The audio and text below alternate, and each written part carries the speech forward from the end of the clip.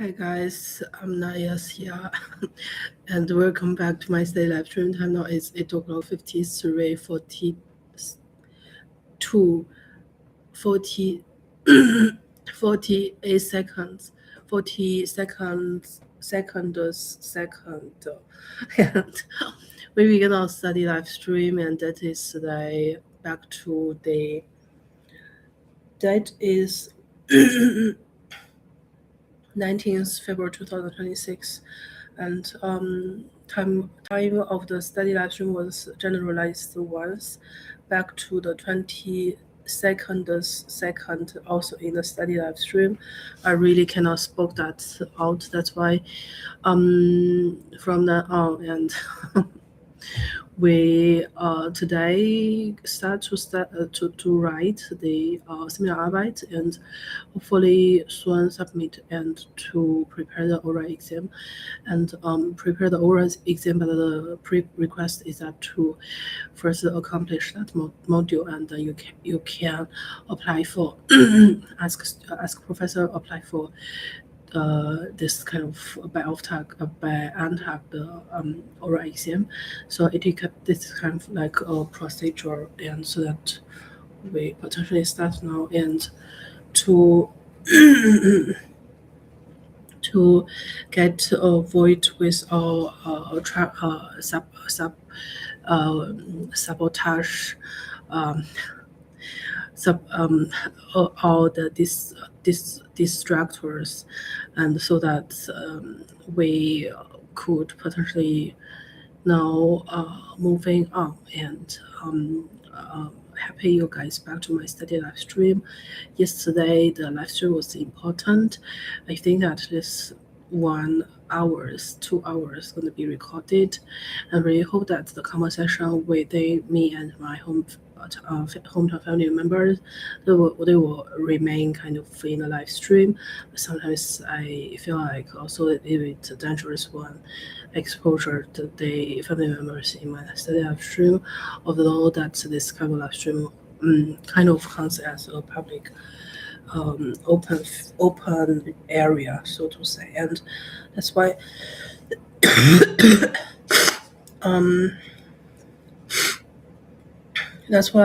so let's get started for today's study live stream. And guess what, we potentially could fail to compensate a super vocal I got from Nana School of Art.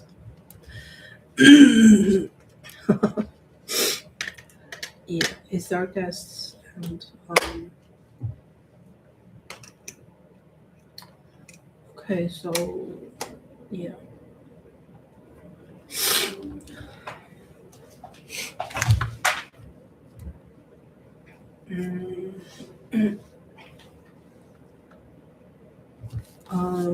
I constantly hear sorry, I don't know why, and the reason is that this rent of this current month absolutely haven't paid yet. But the bank transfer already there, and you already received money, but you only want to waste my time. Let's say delaying me to physically exist kind of in this current flat. And another problem is that Blue Ground's co-founders, my God, and they kind of from all aspects they want to destroy this kind of situation now, but I want let them to achieve their that intention, so to say, and so that let's continue.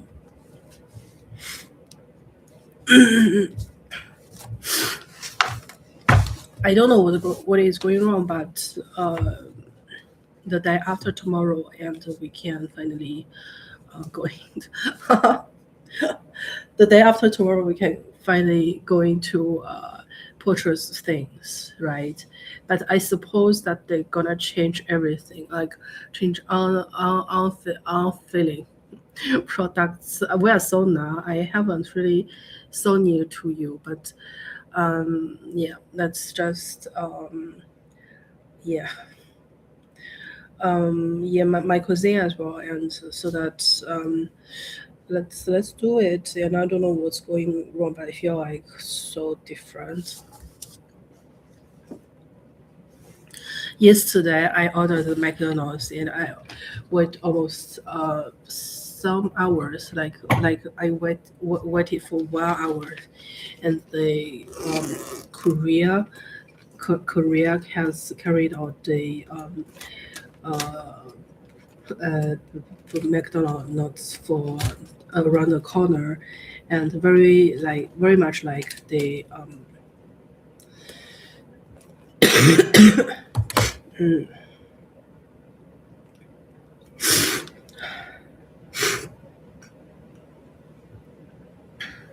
very much like that very much like the fat Hugo, and this semester was my classmate, and we have together the same defense timing at the 9th February, and otherwise I really haven't expected that day is the ITMH clausur, and because usually the requirements from the institute was kind of like relaxed, and the reason is that most of them are finally of arts, and that's why usually I really can get a good grade, but they haven't really give, and the reason is several, and so that I feel like personally to rent there and doesn't really make any sense, and the reason is they finally will not directly give you, and they yeah, that's why from my point of view it's more or less like implicit exchange, and at the final point you will not gain the things which they could potentially maximize promise to you, but what they took absolutely is maximize satisfy their willingness, but they finally will not give back what you need most, for example like vagina, right? And they will take but they will not finally give you the equivalent as your vagina knochen, and your jing in your body parts, and so that because we don't handle some monetary transaction, that's why usually if you cannot give back that intimacy part, and I will not think that is an equal transaction, and that's why. So from a point of view is that yeah, from my point of view is that at least Ortega, for example, he can give like final at a final point, and he can confirm as green and to give you this kind of body part, like, but they will not, right? And even you spend like thousand, and you don't you spend more than trillion, you will not gain that back, but since the starting point the one you took, and that's why sometimes really interesting, but we should considering whether the um, payoff, like let's say payoff, will be compensated back to the entry investment, and etc. So fine. And what we're doing now is to make a cup of coffee and clean those kind of two cups in, so that let's get started.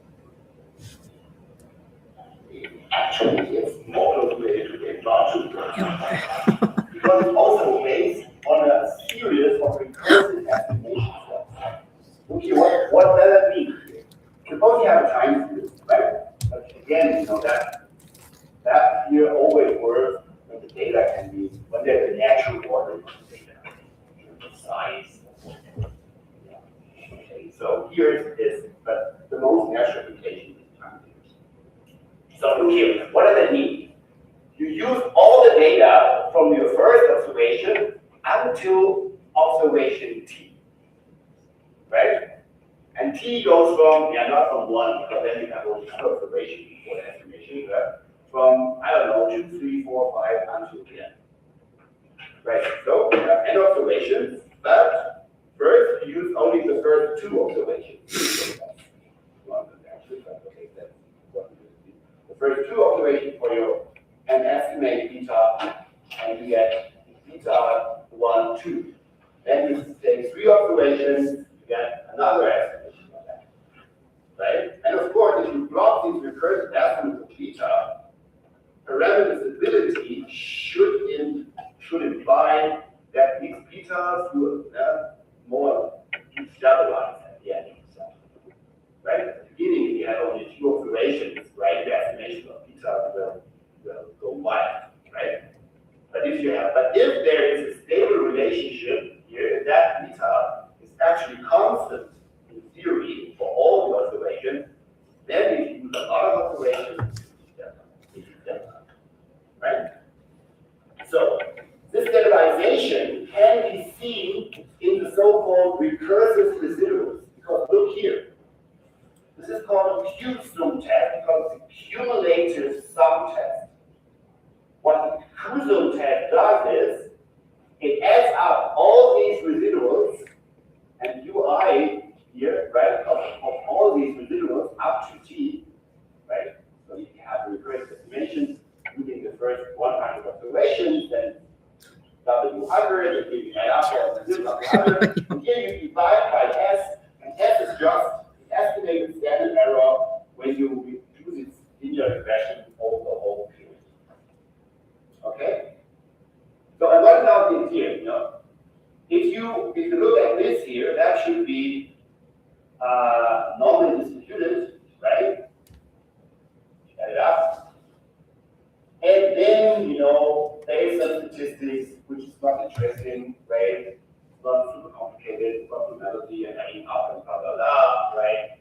So that shows that these series of cumulated residuals from your cumulated sum regression, right, should not be larger than that critical value. And you see that this, of course, well, n is number of observations, k number of stressors. Interesting here is the t, right? You see that, of course, the accumulated sum here gets larger and larger, or is allowed to get larger and larger, the larger gets t. Right? Here you have an example. These are the sum of the residuals, and here are these bands. These dots here are just bands, right? These are the observations, these are the residuals from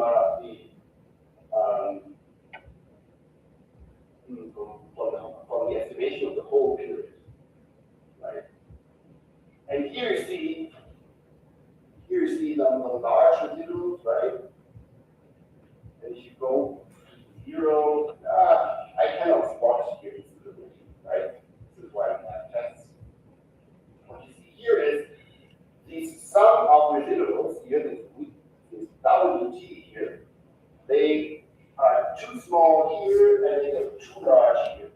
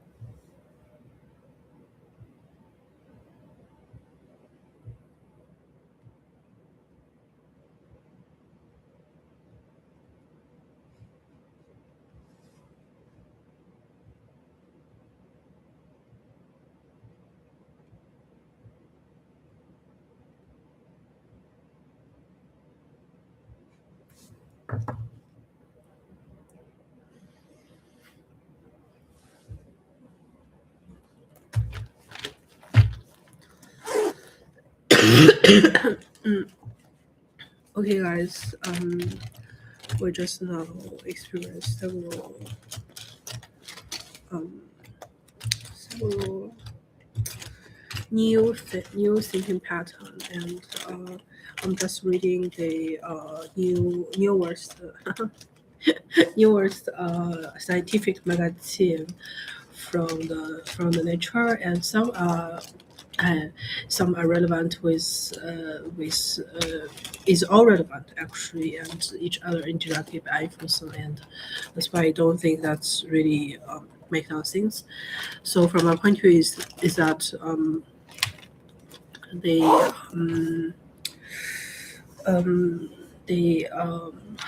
how to say that, like we have several titles be lifted up. Some are relevant with my this semester's course and study, and for example, like no evidence and evidence and etc. And most of them that I feel like the 080258 programs brother was most attractive, and the big brother instead of small d, and so that he has one article at least, and from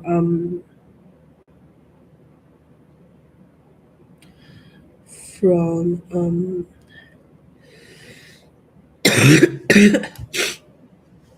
from electrochemical defluorinative medicine type homologation. And it is kind of like to say that like the intimacy part, which why it's kind of like made us so up for and etc. And feels like amazing, and they are saying absolutely they could include more types than himself, for example himself. And that's why from my point of view is that holographic, like some other plane and etc., like golden plane and etc. I feel like one thing is that the true RD has covered the EB4 has covered Sulawesi, and it's kind of like the bow, and which the marginal point in the etc. So from my point of view, it's like okay, and I don't know. I don't know what to react, and that's why for example like evidential accumulation, and which also mentioned by the lecturer from Professor Notes, and he has mentioned several things like the last lecture this semester was accumulated ECTS, and he has addressed me to do one extra semester, for example, like in Europe, and then you can recredit your credit points and etc. if it is too hard for you, for example. And now if thing is eligible, at least for example Ortega, and his university was well, like eco department was good, and even world rank was not that high, and that's why. And from my point of view is that if the professor was too gamma and too hindered to make too big obstacles for a single 6 credit points for each module, then I can also do this, right? Because we can set some storage room and etc. and just spend one semester time outside to finish that in a fast fashion instead of like the entire more or less previous time period. And from my point of view, it's more or less interesting is kind of evidence accumulation from experience, and like exchange experience and observations, like observed and observed characteristic, like in econometric things they say that like variable, and so that haven't really brushed the teeth today morning, and cingulate cortex. Cortex is the brain part, which is kind of like but they are not really recommended that they really not say that you cut their brain as chips into to strengthening the pressures might have from their human brain, and to back that in the back in the dry piece, and set that in the Natural History Museum, and to say how ugly is their thinking pattern and etc.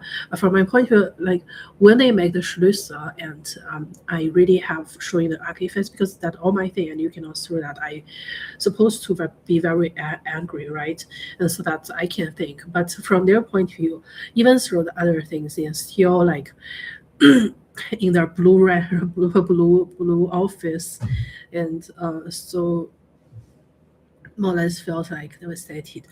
But cortex, I will not open that. The reason is that Professor Bigay and I really don't get along with female professors. I don't know why, but and following is that several things like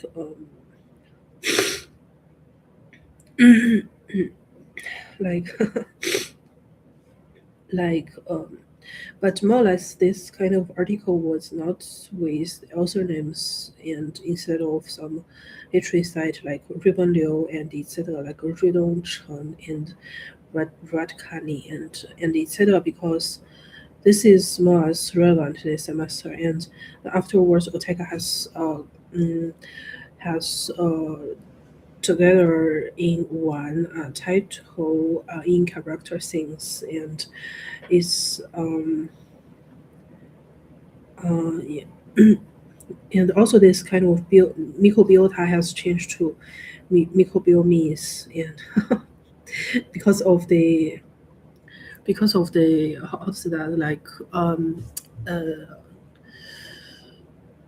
奏歌 we have this semester new 奏歌, and new 奏歌 was very luxury and slightly luxury like 轻奢的, 然后 so that sometimes we sit together and I feel like very comfortable with him, and but yeah, okay. So he asked me whether I want everything, but recently I already like from yesterday actually, and already decoded decoded what he is actually really wants. And so from my point of view, it's like more or less eligible to read that and all very interesting. And for example, like this Nichogan.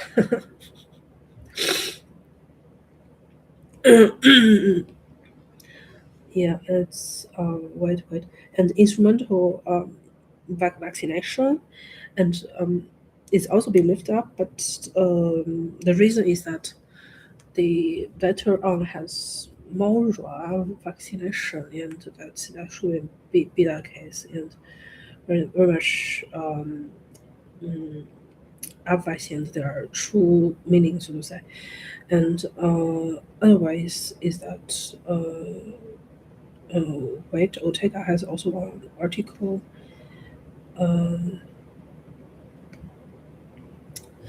Yeah.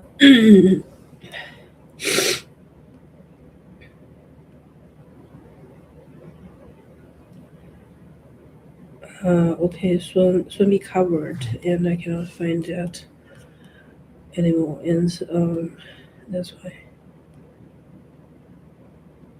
Oh yeah, is this one like CO2 reduce nitrogen availability and in boreal forests and raising atmospheric and this kind of like nitrogen so taker and like raising forests like so focus on the forest is one focused app, and you can use that to calculate your studying time, for example, and etc. That's really useful, and also be used by the university. Okay, so very interesting and very meaningful titles. And then data storage, and I was thinking whether I have the name on it or not, because since yesterday they tell me to focus on the title, so I haven't really think that my name should be on it. That's why. So yeah, and Professor Notes has also dance and letter writing and fast efficient IQ data storage, 6G communication like water bed and etc. And yeah. And one thing is also more interesting is that they have using Moye. You guys know that Moye is the 100 yuan paper money, and so that they also be kind of lifting into the titles and like superconductivity, and the Moye has showed twice like 200 actually is usual, and from Professor Mo, and finally he has been together with Professor Danze beaten into the Kanken House in Big Fortune game, and so that so that is kind of like MSc. And with resonance is a recognition mistake. So sometimes you got the wrong perceptions in etc. in your brain, image and etc. And so,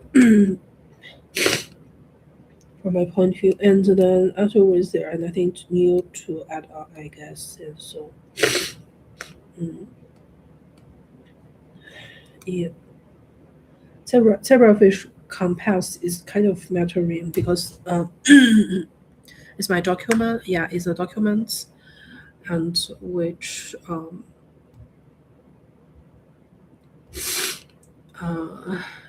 我觉得有点难受，鼻子里面进灰了。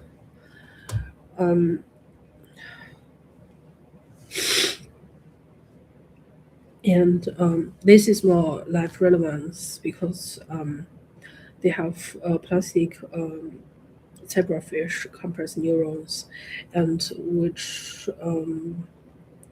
which lingers with the open door yesterday. The McDonald's has waited for almost 1 hour outside, and it's kind of cold. And one male and one female and two female has entered into the building, and so I feel like more or less dangerous, and I don't know what they are handling, because they can maximize handling about something like the next rented phono and etc. So from my point of view is that they're absolutely important, but that important is also not, and that's why yeah. Okay, so what else? And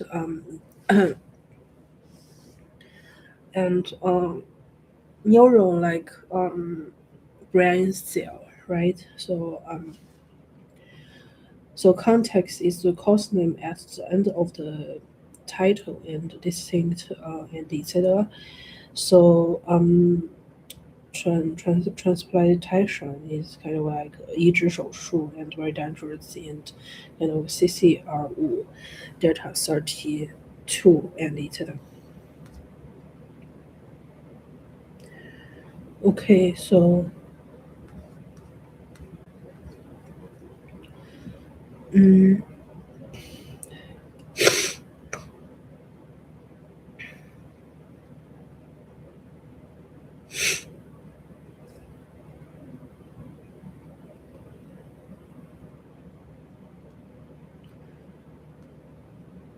就是那啥就是就是还有这个 title 我觉得有点 interesting，但是 in my bachelor arbeit I have written about the HIV, and it is kind of a sexual diseases. And why? Because I usually found that when we talk about poverty, and the people living poor usually has more sexual activities than those who are not poor, and that's why this kind of topic is not avoidable. Is not to talk about, but the reason is that for HIV, one remission that like the movie and Inception. I haven't really understand to why that film has designed in that kind of way, but finally, in the previous living experience that they have directly said to me because they parent they afraid of being infected about some sexual diseases and etc. so that they don't frequently choosing the sexuality that which actually usually you also cannot really get most beneficial feeling from it, and that's why usually this kind of enjoyment can gain from somewhere else, like that was not the only value which you can gain the joyfulness, for example, and etc. Okay, that is fun, and so this kind of title is sustained HIV-1 remission after heterozygous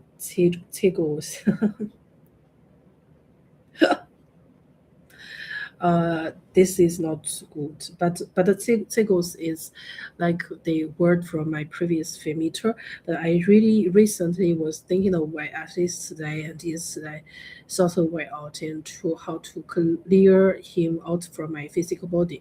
And the reason is that I feel like very destructive and when he kind of possesses and when he breathes and I feel like earth quickly shaking my intimacy part, and that's why it's not well. And then they have this kind of stem cell. Yeah, yeah, I think that only this one is my name, and otherwise, yeah, otherwise there are nothing new. Oh, 天呐，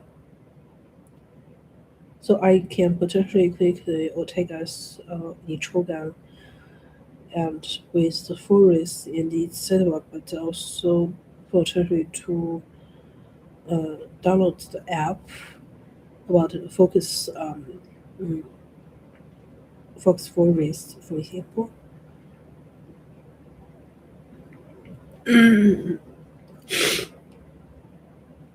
Yeah, Alexander 4 has also outlets uh, into mm, yeah about the contemporary mobile and stagnant tectonics on a heating Earth. 但我们马普索的 CD rumor, so to say.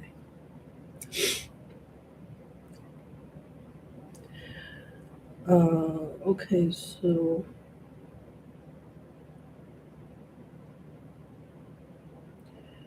okay, fine.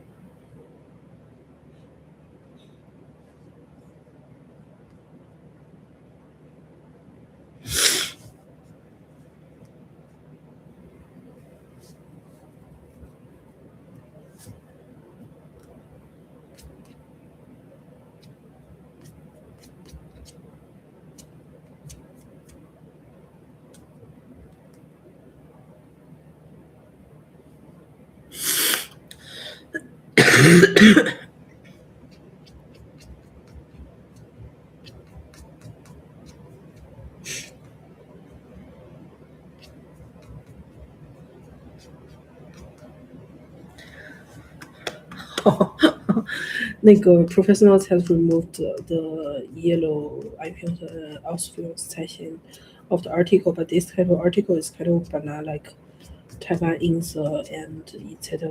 and more or less like the Portugal guy, and they have uh, interpreted as Sweden. So from a point of view, it's kind of like meaning uprising the desperate tones. But from a point of view, is simple but useful, like his LinkedIn account, which has the restrictive time settings before the DDL, but usually recently we don't got that. And he is also one of my best classmates, and I met ever before, and he his parents has also a 24 surface.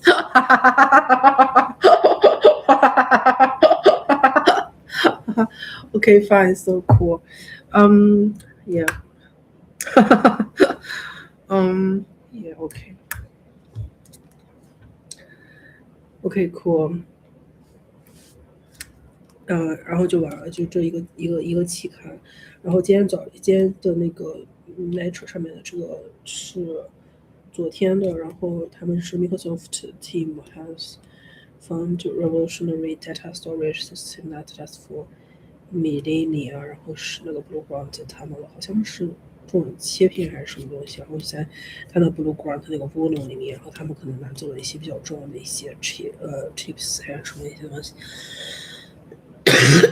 但这个最后都会都应该可以 reverse back，因为他们都是在 same city 嘛。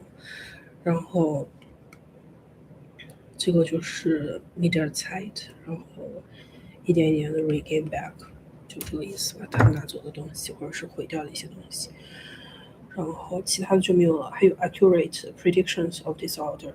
我觉得我在这个 statistic professor 就是一个这个 professor， 我没有那个 trigger point， 我没有那个我没有那个就是我平时要的那种就是 green quantum， 就比如说是伊马努教授的那种开心，然后他们就是相对比较 normalized 一点，我感觉。So yeah， 然后我们再看一下那场公寓开始。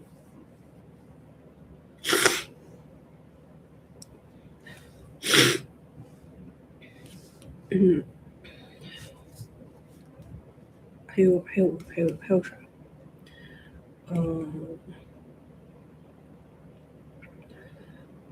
？Epstein feels Epstein feels will deportate to AO at risk. Open AI that with cloud, and this actually is the Troy test that in the class econometric analysis I have at least from my point of view was thinking, okay, that could be the pregnancy test of pregnancy, and if you, for example, if you're like XAC and could kind of like burying the burying the burying the children. So yeah. And this Amanda Height coffee linked to slower brain aging study of yeah. Okay, so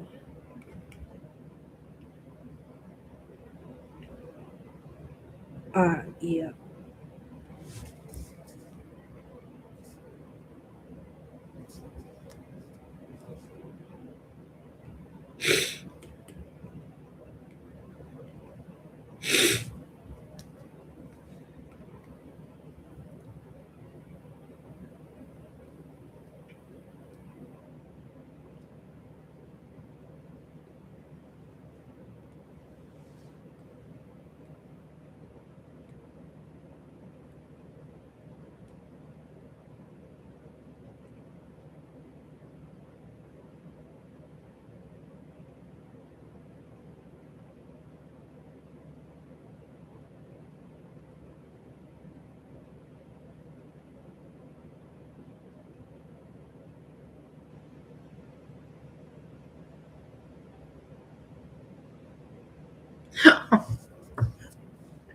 Oh.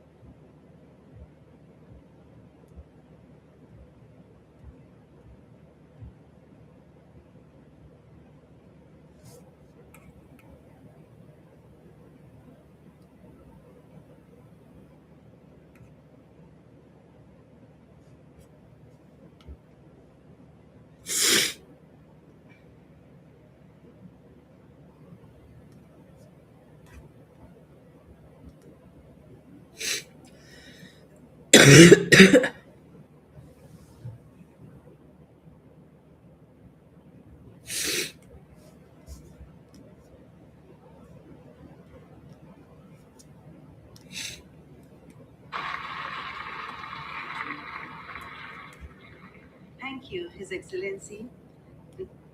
Demonstrated something else. It's legally forbidden in the real world. But we do believe in a better place, in a better world as well. And I don't believe one second it's incompatible. And let me say one more thing about cannot discount it. Based and aggregated insights to support evidence-based policymaking on jobs, skills, and economic transformation. The second is strengthening multilingual and contextual evaluations of AI systems to ensure that AI works effectively across languages, cultures, and real-world applications.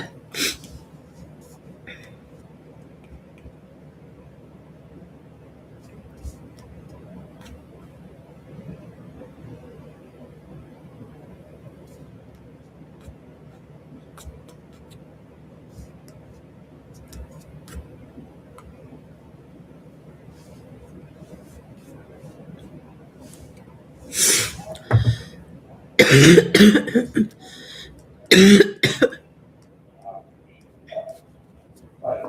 But you see, the difference of the human test to that here is, here, we use just dummy verbs, right? Because we have an idea when or why the idiot flow changes, right? Here, we have no idea why it changes. We just, pass the data.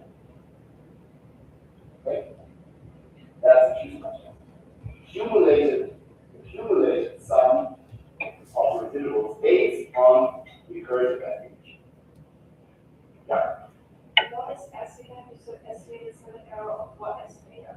Of the estimation of the linear model of the whole sample. So if you run the regression for all your variables, you have to know with d squared.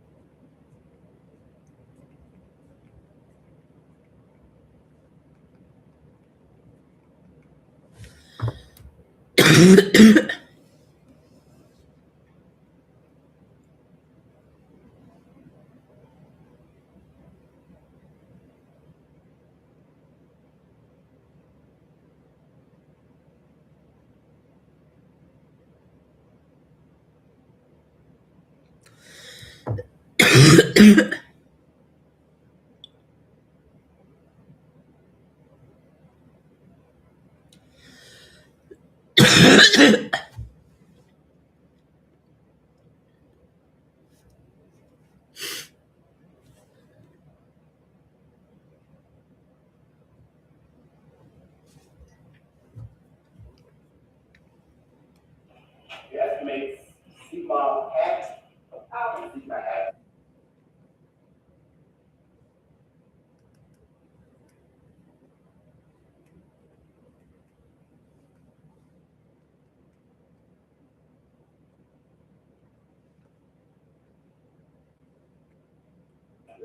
Okay. Right.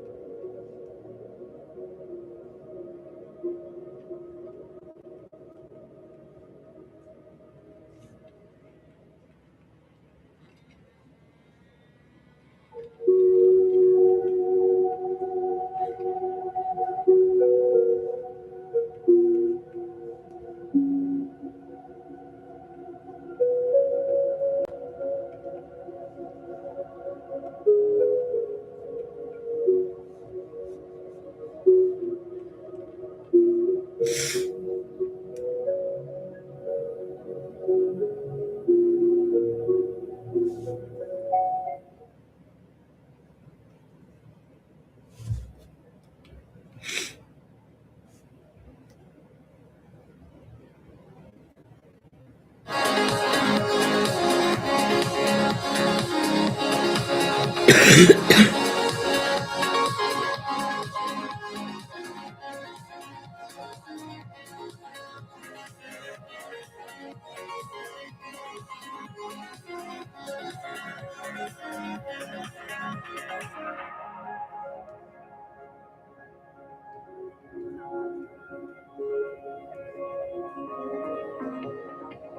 is today? Waiting for us in, thinking maybe one day we can grow again. I'm not afraid of what's coming my way. No, it will be okay at the end. I can be a light in another life, but I've been restless on the other side of a borderline. If I'm regret.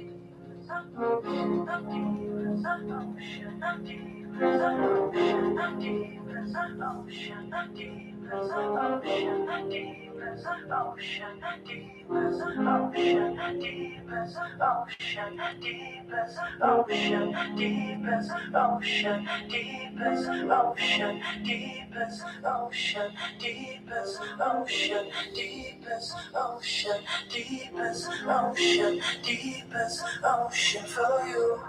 No matter the tide, I will swim in the deepest ocean for you. They say I'm crazy for loving you. They say I'm wasting my time.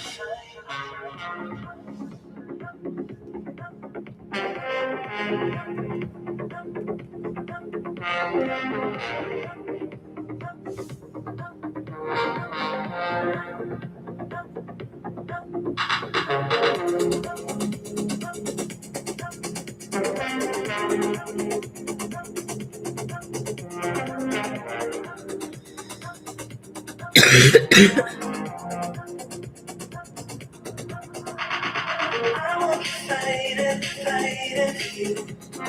I will keep feeling for you. No matter the tide, I will swim in the deepest ocean for you. They say I'm crazy for loving you. They say I'm wasting my time. I don't care if what they say is true. 'Cause I will be waiting for you.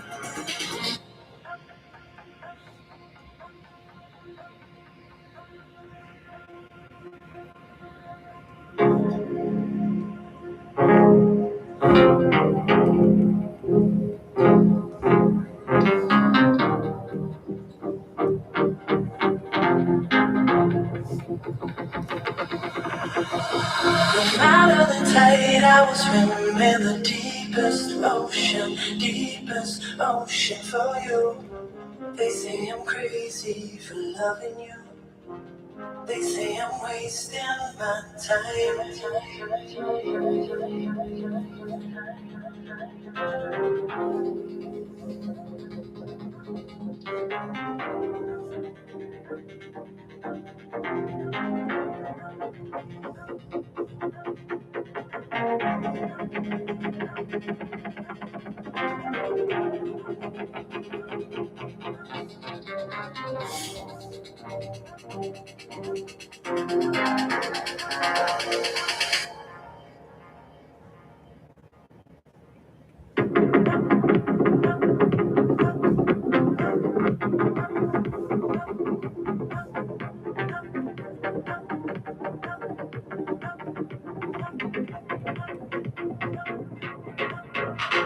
I will keep fighting for you.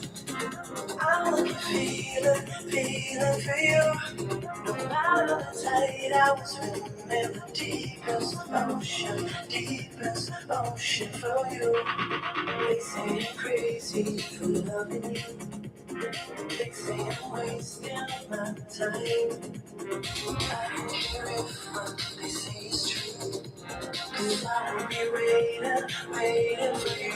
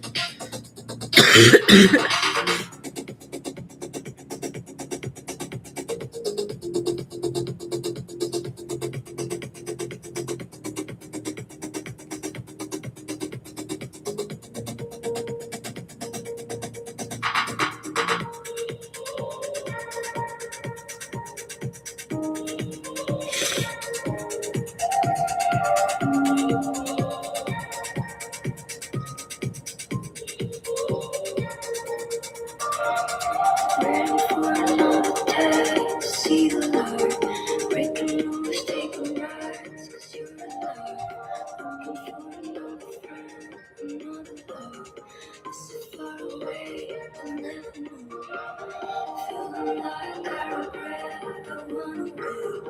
Everything I wanna do, I'll have to say. Everything I listen here, I'll take away. It's everything we get together, flying away. We could fall.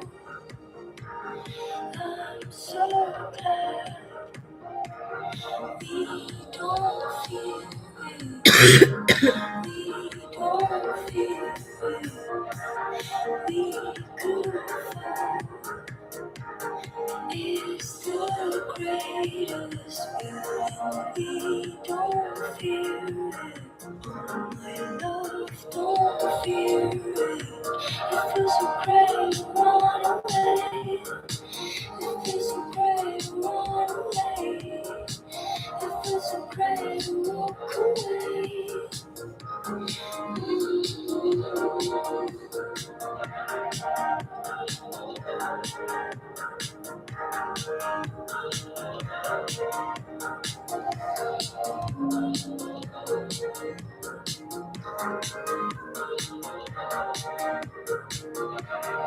We could lose it. I was about to forget if we try it.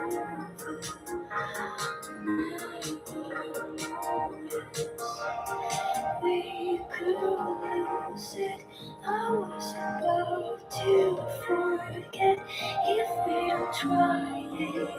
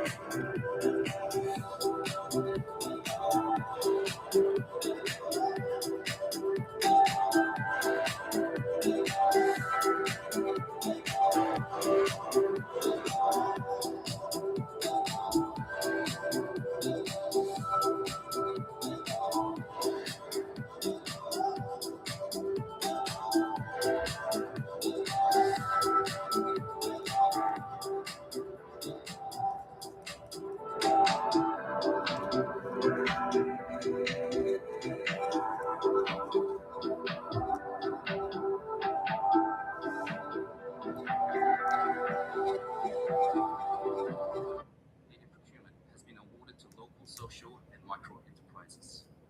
I think it's fair to say that this model that they've created will support the delivery of the 2028 Winter Youth Olympic Games. And for me personally, I'm very excited to come back here in 2 years' time and to see all the young athletes from all over the world reunite and compete in Italy again. So thank you. Now I'll pass it off to Milano Cortina, who will have a video for you. Thank you. Sì, grazie. Prima di lasciare la parola a Jacopo, chiederei di mandare il video. Grazie. I giochi hanno trasformato il nostro paese, hanno cambiato il modo in cui il paese percepisce e sostiene lo sport e l'attività fisica, aumentando la consapevolezza dei loro benefici e portando addirittura quest'anno al livello più basso del comportamento sanitario del nostro paese.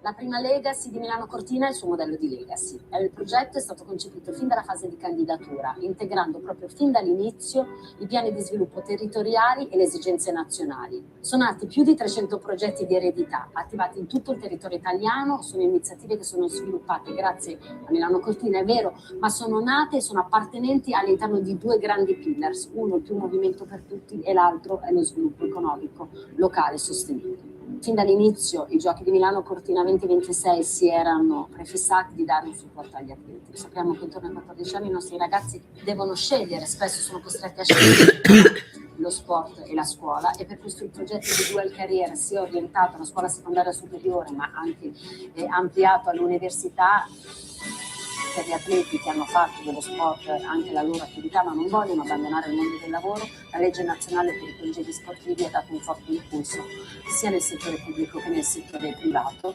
che permette agli atleti di arrivare fino a un punto all'anno per gare e allenamenti.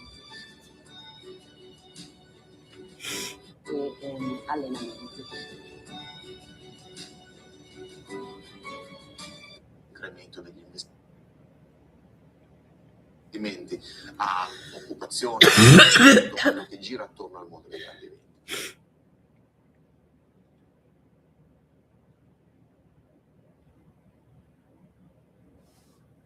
Buongiorno a tutti, grazie mille per essere qui. E oggi vogliamo raccontare un po' più nello specifico che cosa parliamo quando parliamo di legacy di Milano Cortina e quando parliamo di eredità di Milano Cortina. Vado indietro, scusate. Che cosa parliamo quando parliamo di legacy di Milano Cortina? Come avete visto nel video, sono stati creati 130 progetti su tutto il territorio nazionale con due pilastri principali, il più movimento per tutti e lo sviluppo economico locale sostenibile. Questi progetti sono la chiave di quello che noi riteniamo alla base di Milano Cortina,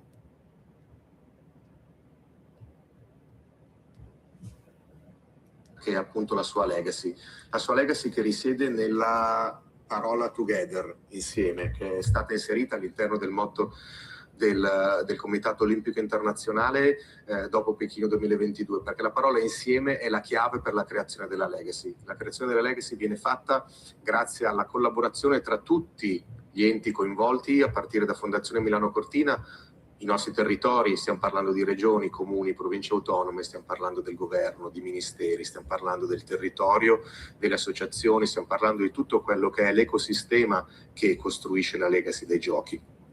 Stiamo parlando di achievement fondamentali che sono stati chiave per Milano Cortina. Noi stiamo parlando del fatto che lo sport ha trasformato l'Italia, lo sport trasforma l'Italia e la trasformerà.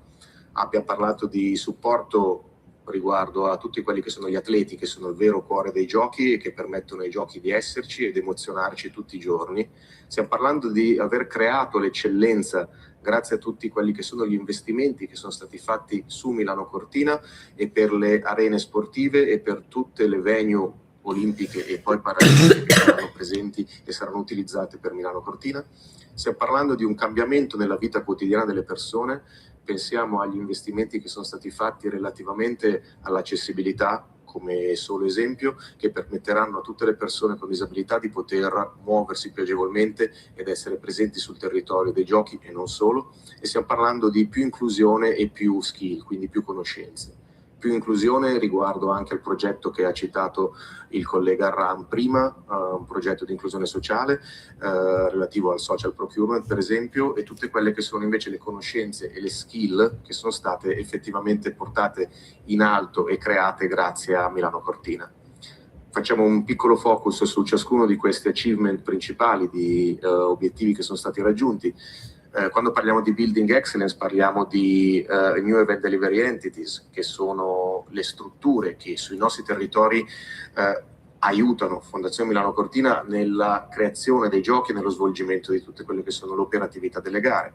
Parliamo degli IOG, sapete che nel 2028 ospiteremo le Olimpiadi della Gioventù, gli Youth Olympic Game in Dolomiti e Valtellina. Parliamo del rinnovamento di arene bellissime che avete visto tutti quanti questi giorni, come l'Antols Biathlon Arena, lo Ski Stadium in Tesero, lo Stade Alpine Center di Bormio, parliamo dello Sliding Center di Cortina. Sono tutte eccellenze mondiali e il meglio che potrete trovare per questi sport all'interno del mondo. Oggi lo abbiamo in Italia e lo abbiamo grazie ai giochi. Stiamo parlando di un cambiamento della vita quotidiana delle persone, stiamo parlando di un miglioramento nella rail mobility, quindi in tutte quelle che sono le infrastrutture a livello di mobilità, a livello di treni, a livello di stazioni. Stiamo parlando dell'accessibilità dell'Arena di Verona, con un investimento di più di circa 20 milioni di euro, è stata resa accessibile alle persone con disabilità, cosa che prima dei giochi sarebbe stato molto difficile anche solo da pensare. Stiamo parlando del villaggio olimpico di Milano, stiamo parlando di infrastrutture elettriche che sono state create grazie ai giochi, accelerate grazie ai giochi, e stiamo parlando di investimenti in tutto quello che è sanità e community health. Tutti questi investimenti sono stati accelerati dai giochi, devo sottolineare questo punto, erano investimenti che erano già previsti nei piani di lungo termine dei nostri territori, del governo e di tutto quello che è il paese Italia in generale. I giochi sono stati l'opportunità e l'accelerazione per cui questi investimenti sono stati fatti e per cui ne beneficeranno tutti i cittadini italiani. Passiamo anche al tema della più inclusione e capacità. Impact 26 è il progetto di social procurement che è stato creato da Fondazione Milano Cortina anche come eredità di Parigi 2024. Abbiamo preso spunto da quello che è stata l'esperienza di social procurement di Parigi 2024 per anche noi adottare questo modello che ha portato a dare effettivamente tutto quelli che sono commesse e in generale procurement il più possibile da parte di Fondazione Milano Cortina e dei suoi partner a social business, microimprese e piccole e medie imprese del territorio per aumentare l'impatto che effettivamente i giochi possono avere sul territorio, l'impatto positivo degli stessi. Stiamo parlando di Milano Cortina 2026 per le università. Abbiamo degli accordi con più di 20 università italiane che hanno fatto sì che si sviluppassero dei nuovi progetti e dei nuovi programmi relativamente allo sport, che possa essere relativamente alle infrastrutture, che possa essere il management, che possa essere tutto quello che ruota attorno al concetto di sport e più movimento. E stiamo parlando dei volontari. So che avete fatto effettivamente anche un'altra conferenza relativamente solo al tema volontari, però i volontari sono un'eredità fondamentale di Milano Cortina. Più di 18.000 volontari sono stati formati con circa 270.000 ore di training a loro e che saranno utilizzati anche nella loro vita futura e che potranno essere utilizzati dall'intero sistema sportivo italiano. Grazie mille.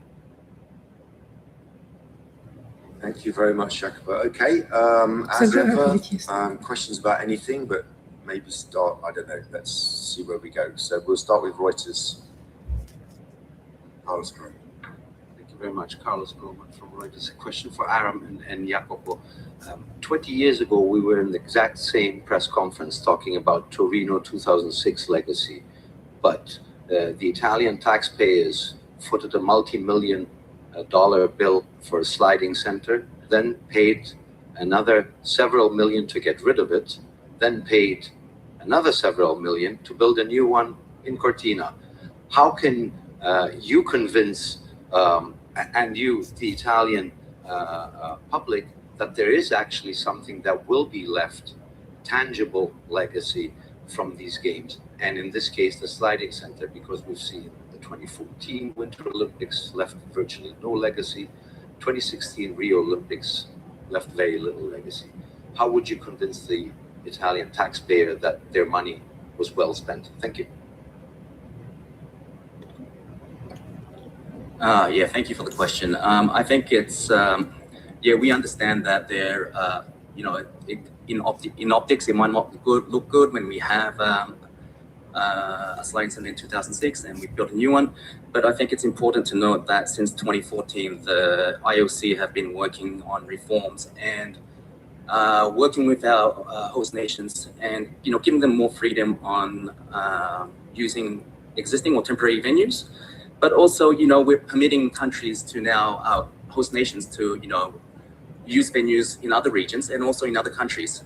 But to be honest, the Slide 2014 is a project led by the Italian authorities. And since the Canada phase, the IOC has encouraged the use of the existing track or in another country.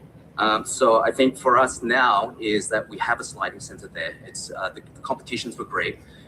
We are in talks with the province and the city, and it's my job to make sure that a lot of legacy is created. But let's not forget that we've got the 28 youth Winter Olympic Games, which are using which is using that track. I'll pass it off to Jacopo to answer.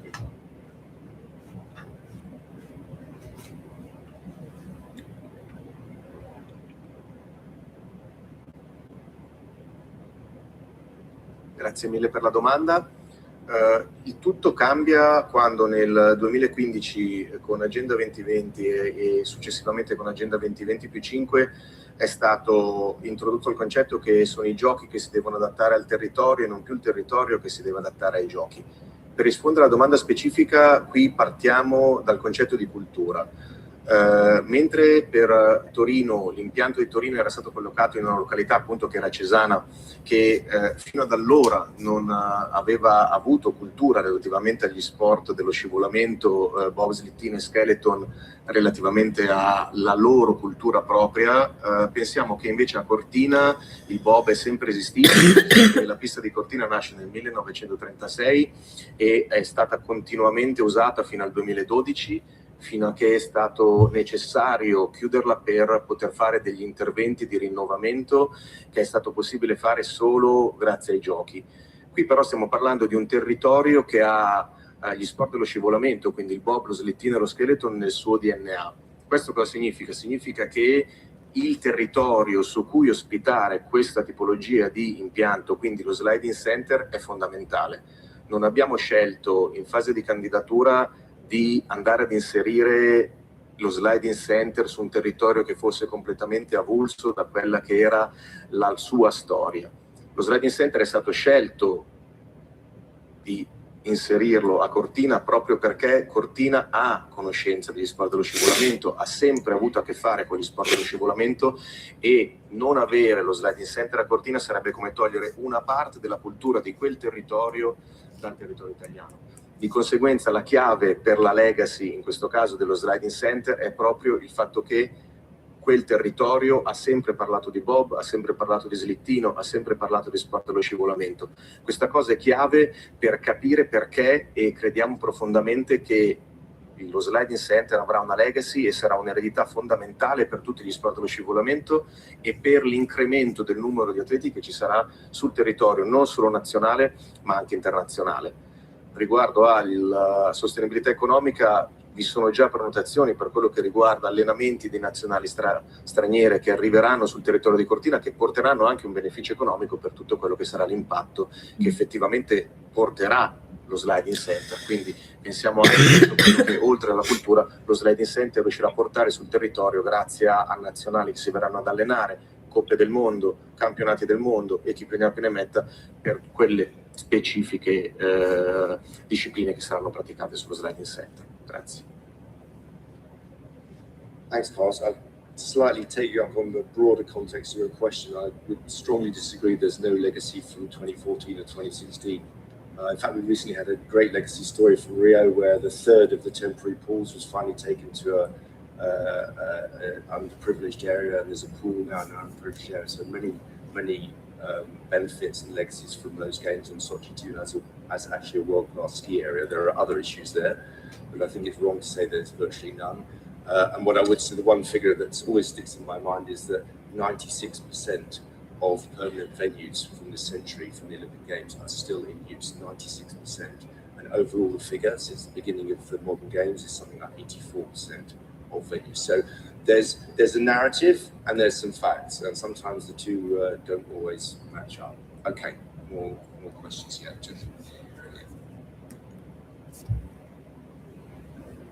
Hi, this is Kazunari from Yomiuri Shimbun, Japan. I'd like to ask to Alan or Jacopo with regards to the cost and the benefit of the games. Given the Milano Cortina is the first to adapt the dual city model, the venues are widespread and using, as you mentioned, the existing or temporary venues. So do you have any estimate or calculation with regard to this dual city models in comparison with the past models using mainly centralized venues and new build-up venues? Thank you very much. Thank you for your question. So the IOC have worked with the OECD to develop a pre- and post-games economic and social environmental impact study. And from what I understand, Bocconi University has worked on the pre-games economic impact study, and that was some numbers that I produced to you before, where so usually this economic impact study has a low number, a medium number, and a high number, and the medium number was 5 billion euros. But this is just an estimate because it was done pre-games, and the Milano Cortina do need to do a post-games report so that we can compare. This started in Paris 2024, so we don't have anything to compare with right now to answer that question. But it's important to note that we are using this OECD guideline because what we want to do is, like you said, many different organizations have their own methodologies. We want to unify the methodology with the OECD, and for all future games moving forward, they will be using this. But I think maybe Jacopo can give more information about the Bocconi study.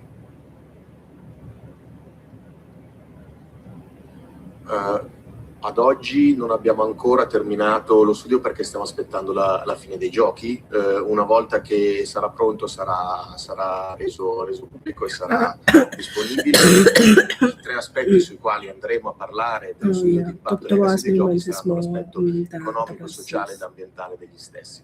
Quindi quando saranno pronti saranno messi a disposizione.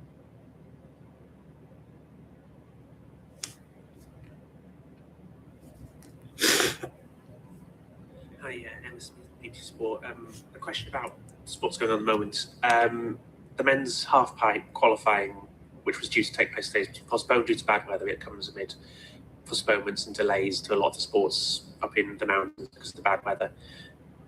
Discussed it a couple of days ago, and you obviously said that changes to the format are down to the individual governing bodies. But if the delays persist, would competition be allowed to continue past the end of the closing ceremony? Is there any protocol precedent for that in case the delays really get bad because the weather is pretty bad up there?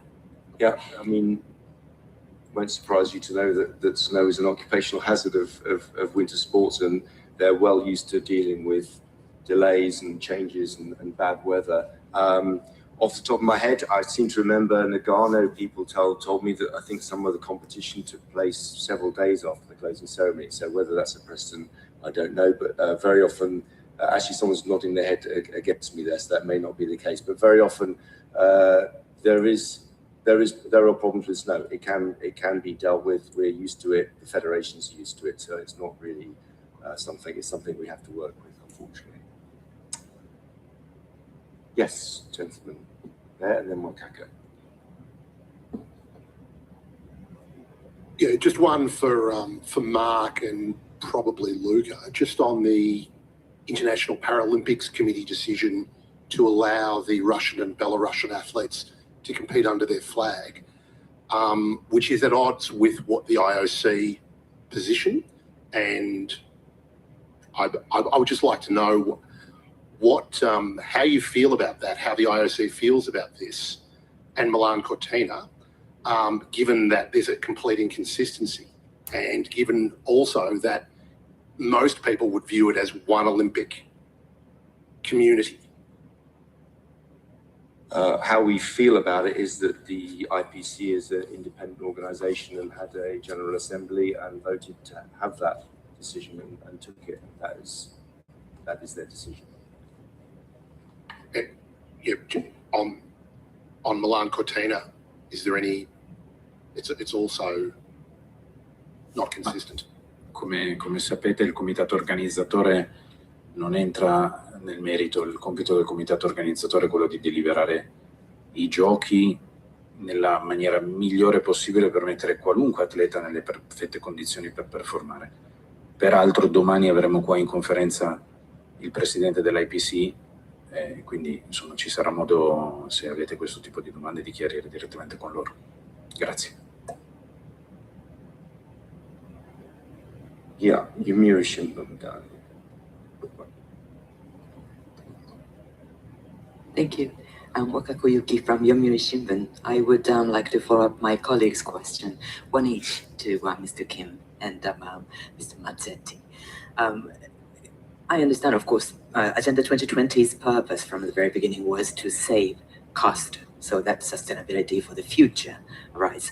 But is there any comparable figure or idea that the IOC could come up with? What is the what is the impact of these widespread games on the cost saving? Because obviously these were the games first time which Agenda 2022 was applied from the bidding process, and in a sense that was one of the issues, the very issues of widespread nature of challenge. And also, if I may, you've talked about this societal active change of attitude, which is getting more and more important trend, I suppose, in every country. And is there any way, first of all, could you tell us one or two good examples how successful these projects are, and how then you would evaluate? You were just touched upon it, but I understand, like Paris, there were the independent evaluation after the games of the impact of those social changes. And do you intend to do that? Thank you. I can't give you exact figures, but I mean, the whole point of Agenda 2020 and adapting to the host is that we don't want, like I said before, we don't want the host nation spending an extraordinary amount of money creating new venues. And here in Milano Cortina, 10 of the 13 venues are existing or temporary. So logically, I think even there you can see there'll be some savings because we're not building new venues here. But referring back, like I said, I think the study by Bocconi University, when it's released, will have that data on there. So I think we need to just wait until that study's completed on the games. Thank you.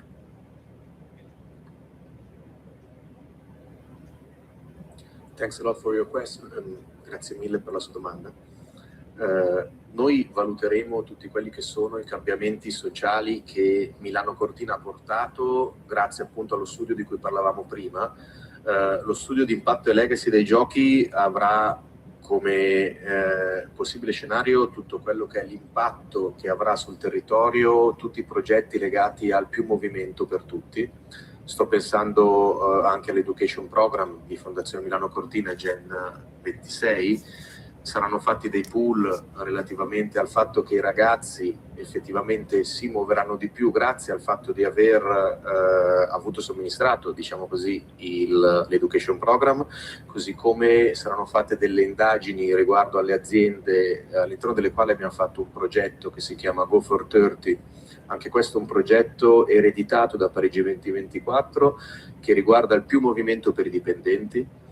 Questo progetto specifico vuole far sì che i dipendenti possano e vogliono effettivamente muoversi per almeno 30 minuti al giorno, come dice l'OMS, l'Organizzazione Mondiale della Sanità, per star bene fisicamente e mentalmente. E anche in questo caso noi abbiamo raggiunto circa 850.000 dipendenti grazie a collaborazioni varie con associazioni industriali presenti sul territorio milanese e altri nostri partner. In questo caso sarà somministrato anche un pool, un'indagine relativamente a quanto effettivamente i giochi abbiano portato un cambiamento nelle abitudini dei lavoratori. Quindi tutte queste indagini che saranno fatte dopo i giochi ci daranno poi un risultato effettivo su quello che sarà l'impatto sociale, soprattutto sulla parte di più movimento, grazie a Milano Cortina. Grazie.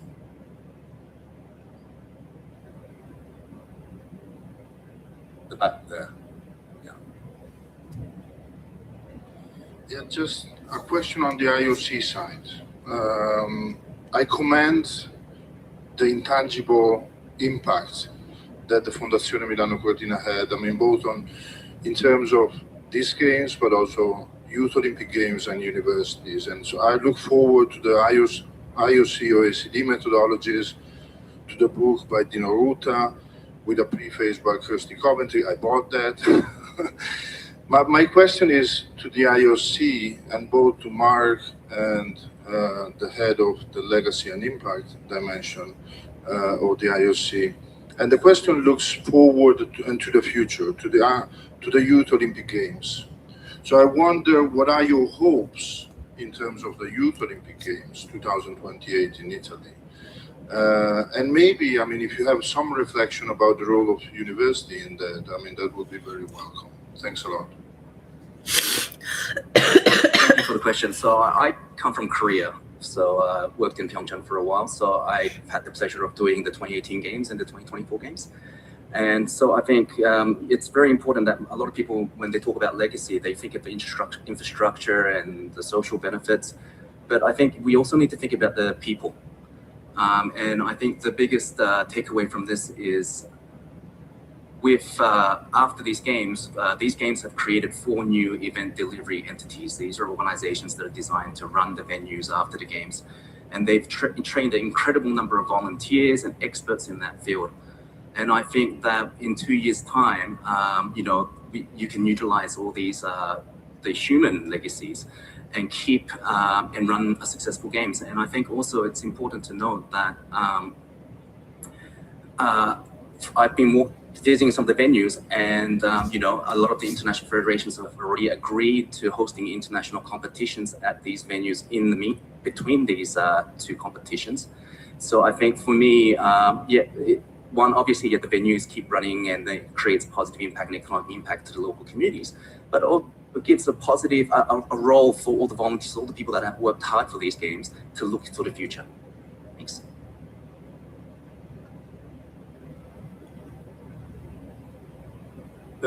From China Media Group News Radio, a question to Mr. King and Mr. Massetti. What Olympic legacy from Beijing 2022 have been applied to Milano Cortina 2026? And what experiences from Milano 2026 do you think can pass on to 2030 French Alps? Thank you. Two points. Grazie mille per la domanda. Il concetto fondamentale come legacy che ci ha portato Pechino 2022 è stato proprio il concetto di together, cioè di sviluppare insieme le progettualità e sviluppare insieme a tutto il territorio quello che significa creare legacy e quello che significa fare legacy. Oltre chiaramente a un investimento significativo in tutta la parte tecnologica che sicuramente ci aveva impressionato a Pechino. Il secondo punto invece per le Alpi francesi è proprio il modello di legacy di Milano Cortina. Milano Cortina nasce già come un widespread game, come abbiamo sempre detto, quindi come i primi giochi diffusi, modello che è stato preso anche da Alpi francesi 2030. Questa cosa è fondamentale perché impatta su diversi ambiti, impatta sul fatto che vi è la possibilità di ospitare i giochi in più territori che beneficeranno dei giochi, beneficeranno da un punto di vista di immagine, da un punto di vista turistico, da un punto di vista di investimenti, da un punto di vista di ritorno economico, così come ne beneficeranno tutti i giochi relativamente al fatto di avere effettivamente una sostenibilità maggiore dal punto di vista chiaramente ambientale, legata al fatto di utilizzare strutture già esistenti e dal fatto che gli sport effettivamente vengano praticati dove quegli sport sono praticati tutti i giorni, tutti gli anni, sempre, come spiegato prima per Cortina. Quindi per le Alpi francesi è proprio il concetto di modello di legacy, che è il modello del widespread game, quindi giochi diffusi sul territorio. Grazie.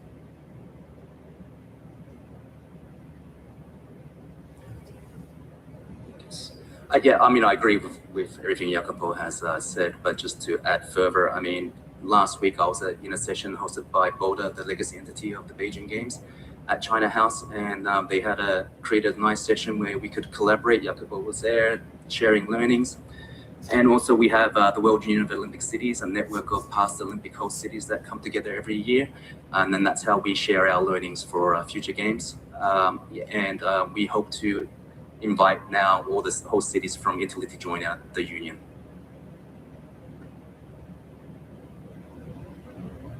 Okay. I think we are Yep, I think we're done. Thank you very much, everybody, for all your questions over the last 2 weeks. Most entertaining and informative, I hope. I will be back tomorrow with the IC president in the afternoon. So look forward to seeing you all then. And I'd like to thank the top table, and I'd like to thank particularly Luca.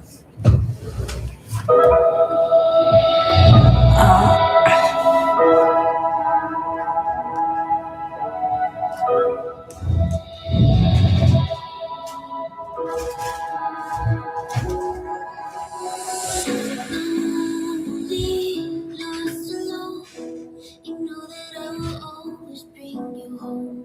Only know you alone. And even when I fall away, you are on my mind. You are on my mind. So don't you cry, I'm right by your side. Wherever you go, I'll be there.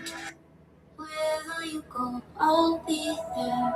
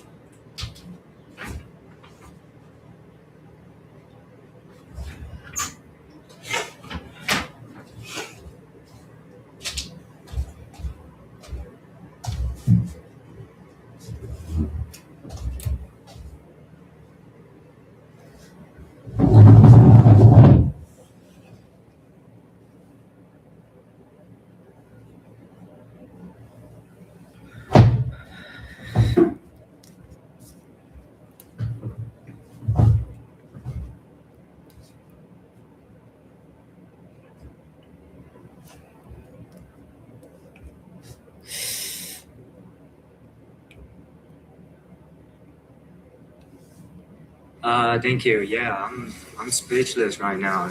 Dream came true for sure. You know, that's what I've been trying, what I've been dreaming like so hard, like past 4 years. You know, and just feel really grateful, lucky to be here representing.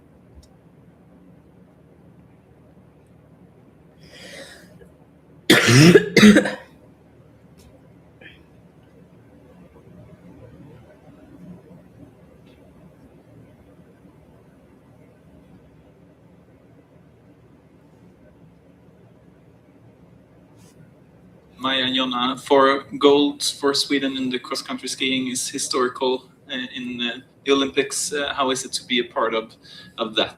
Also, I think that as you can, but I fight until the finish line. Yeah, but I knew also it will be really, really hard, and so, but I tried. It's my first ever, so on top. Good point. Me too. Same. For me, the same. What about the Swedish kids? It's not the first one. We know for sure. So we want another answer. No, but mine is my first Olympic gold, so it's pretty high for me too. But, I think, yeah, really high.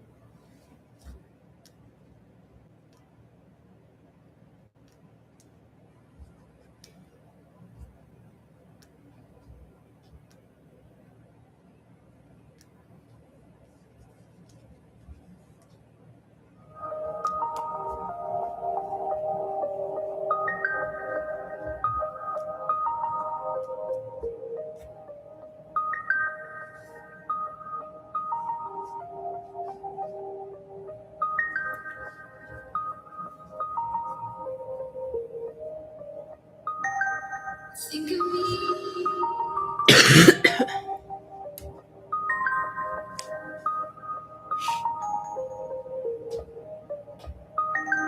Think of me.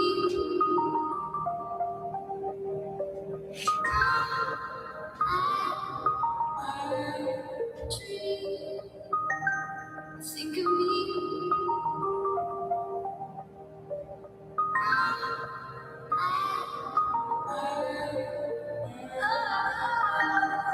Think of me. Remember to slow down.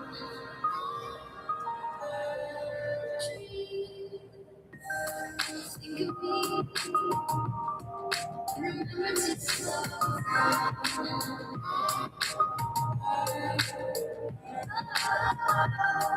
Think of me.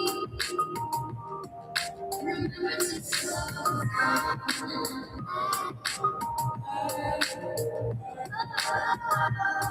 Think of me.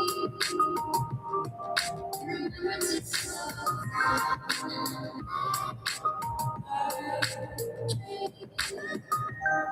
Think of me. Remember to slow down. Think of me.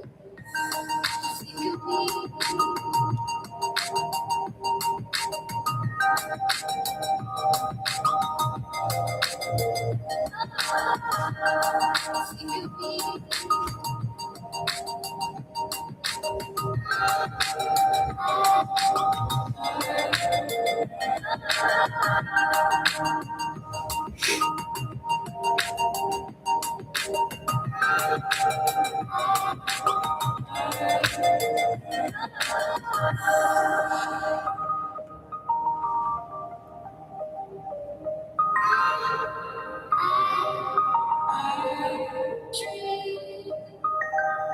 Think of me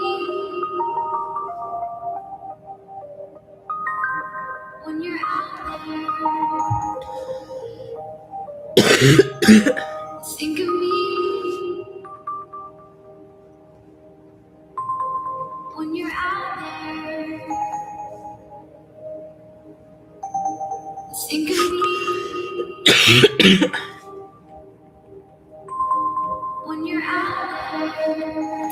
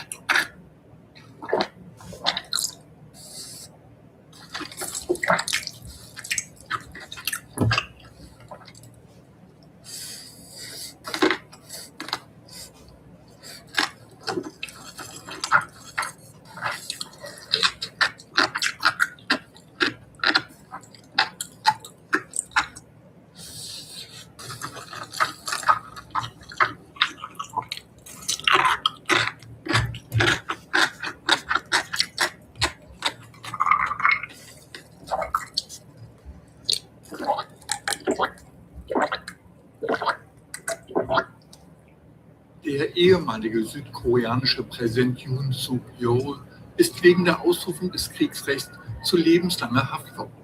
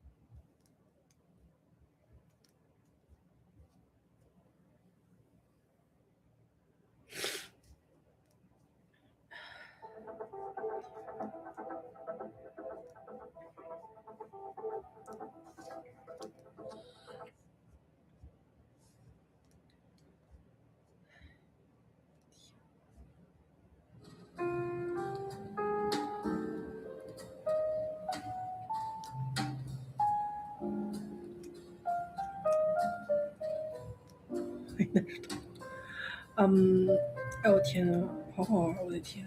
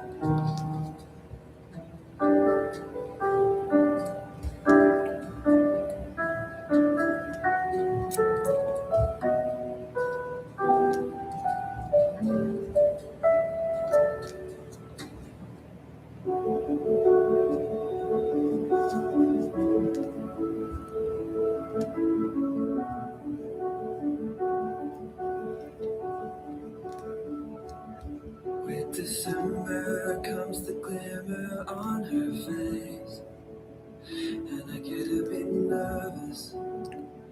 I get a bit nervous.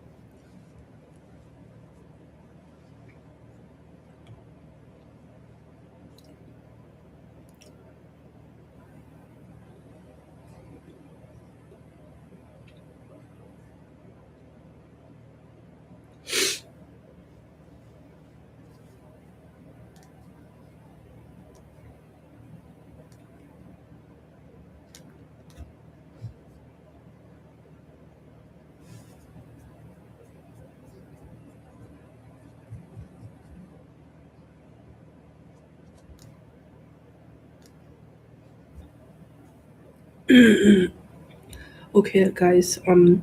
We have experienced one examination for the semester is market analysis, and I haven't went to and haven't clicked. Don't know which room is that. Because I don't plan to do the first terming, and the reason is no matter what you do, this female professor won't give you a point.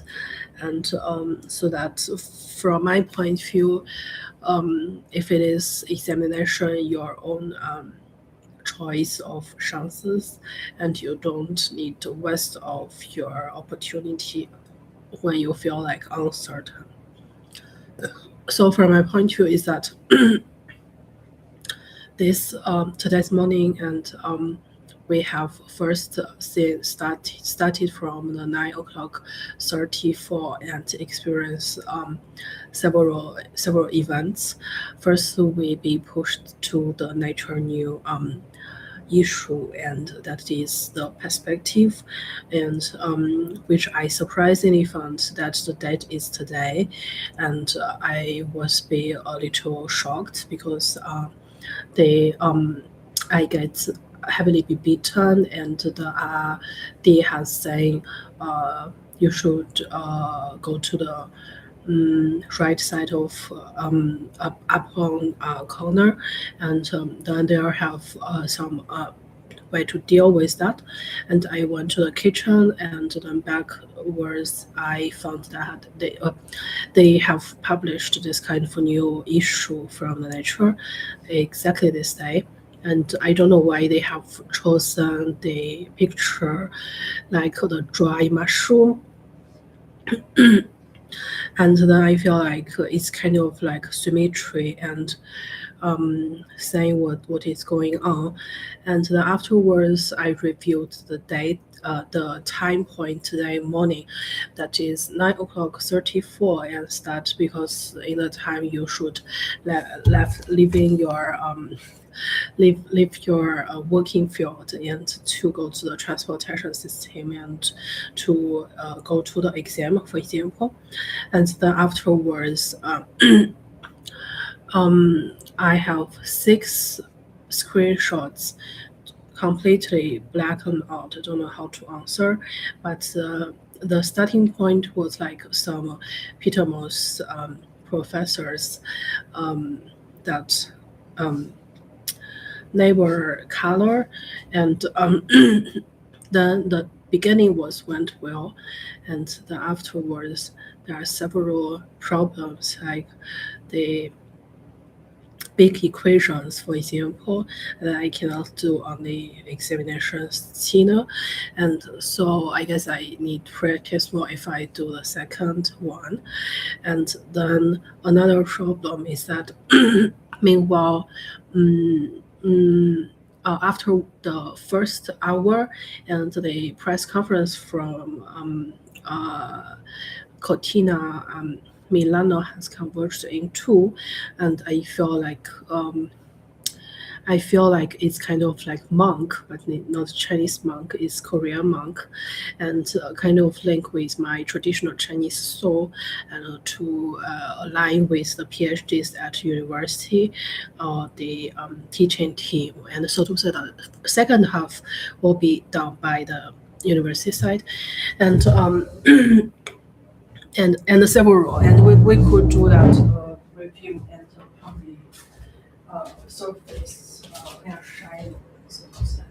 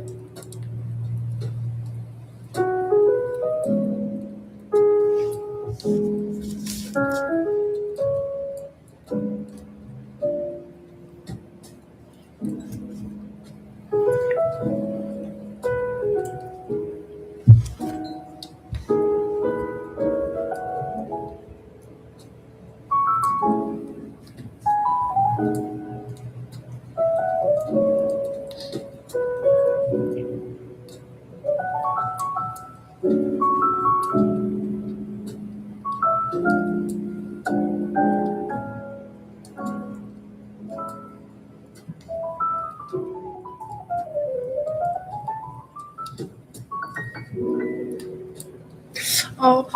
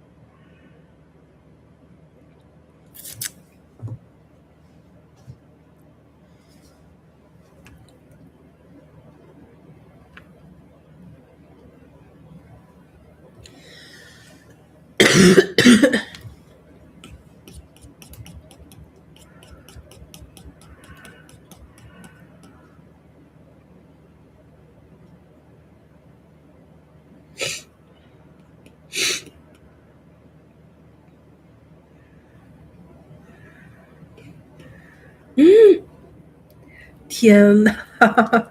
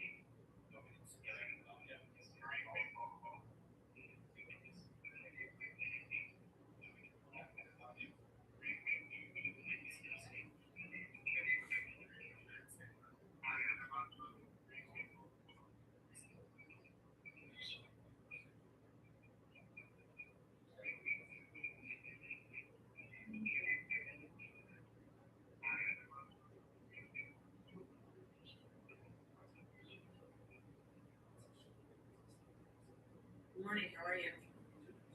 Good, thanks.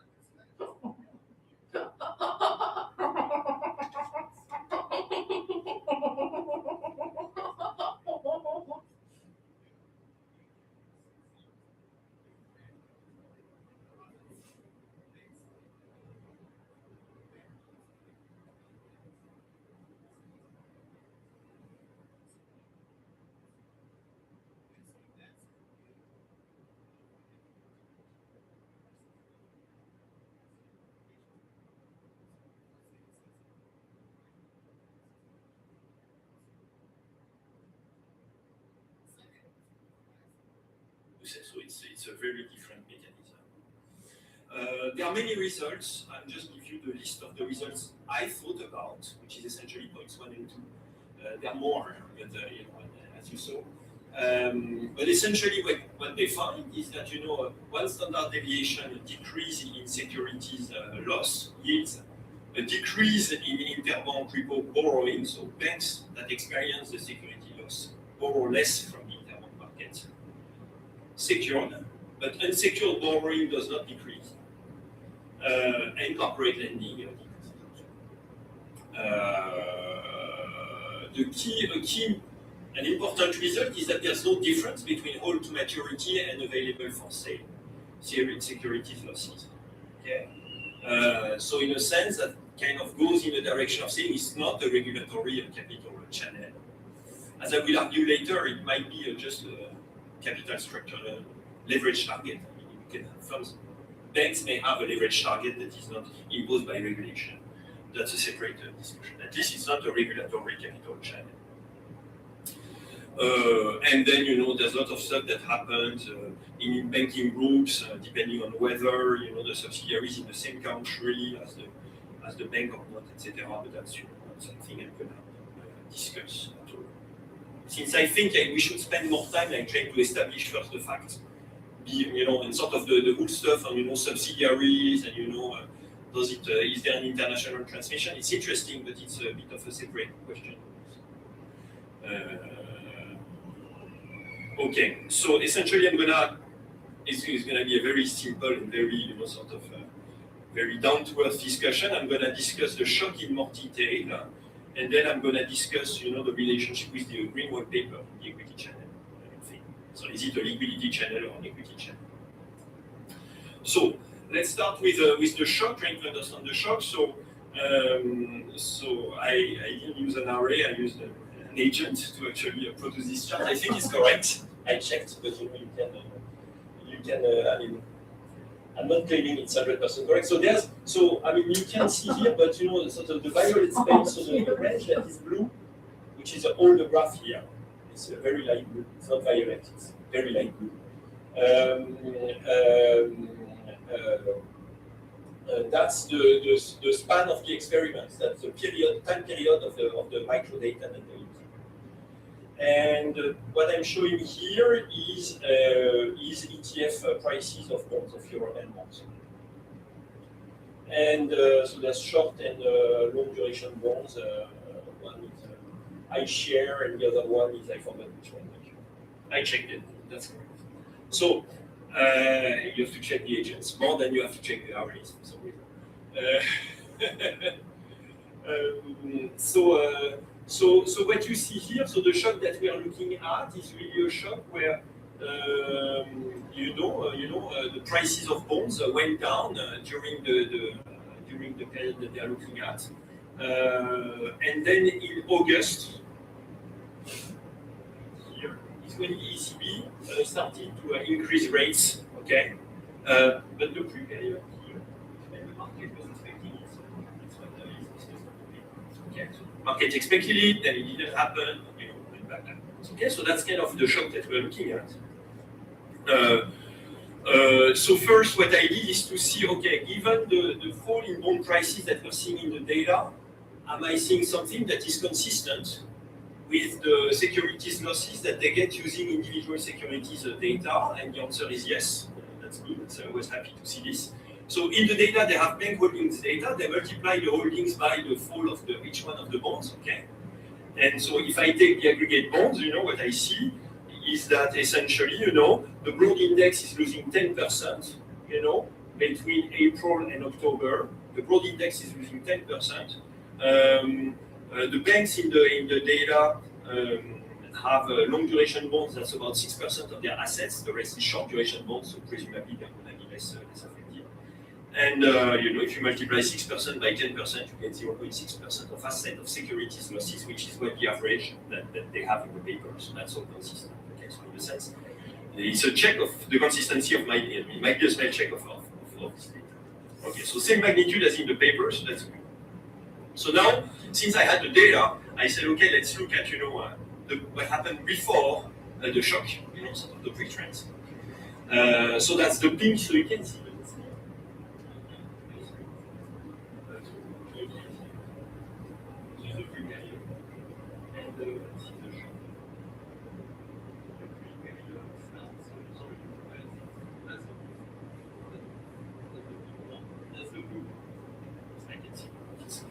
It's very light. It's much stronger on my screen. So this is the pre-period is that bond prices are falling also. At least in my data, they're falling before, and so they're falling actually quite a bit by about 5 to 10%. We could say even 10 actually, from 110 to 100. So more exposed banks should experience before that. So to be fair, the paper has some kind of pre-trend check with a graph, but it's bizarre because the shock happens actually here. Bottom line is, I'm not saying there's anything wrong with the paper, but at least what I would want you to do is to document the shock much more than what you currently do.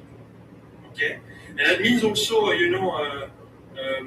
also documenting the exposure variables much more.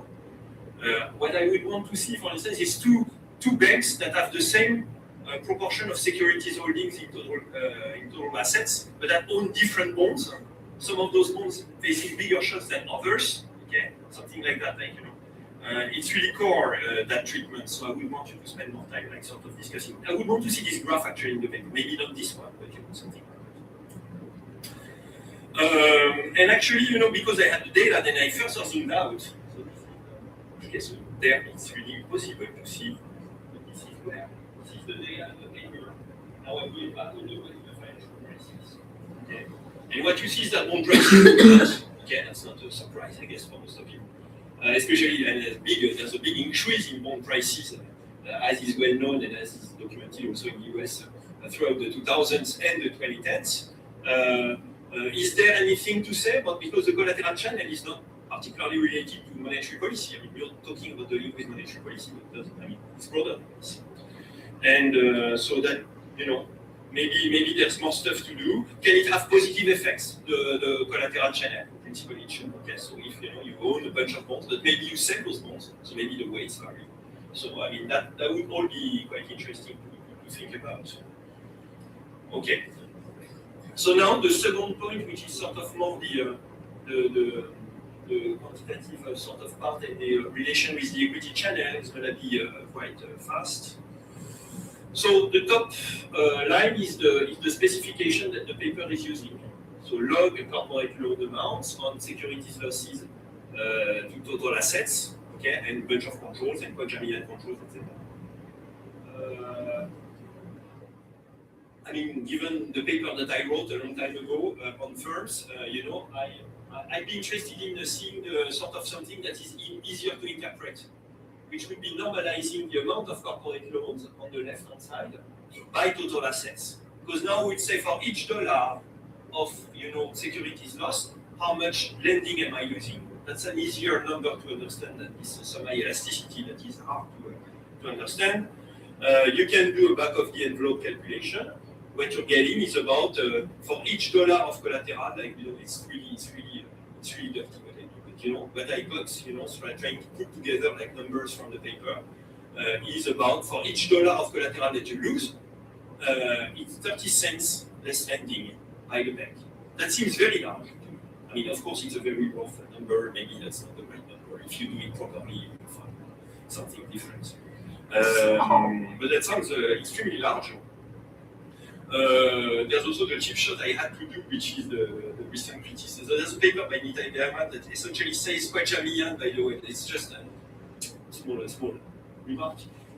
If you do quadrillion, which is what you do here, if you do quadrillion, what you're measuring is essentially how easy it is to substitute across banks. It's not just, you know, the size of the shot, but the easiness with which you can substitute. Which means that if it's really easy to substitute across banks, then or you know, substitute lending, then maybe the effect is small and not big. So that's kind of cool. But that's and then they have a nice model when sort of, you know, they're more constructive than this, etc. You know, I think that's a paper that people need to read if it's yet in circulation. Okay, so now let's compare with the equity channel. Yeah. So the Greenwald paper that is cited advocates for something completely different, but they have a similar specification as yours. They've got the change in log lending, so it's log on ratio, which is not what I want, but you know, which is what they do too. So it's the log growth, is the growth of lending, and they're related to the change in the value of securities available for sale, and change in value of securities held to maturity, and what they find is zero.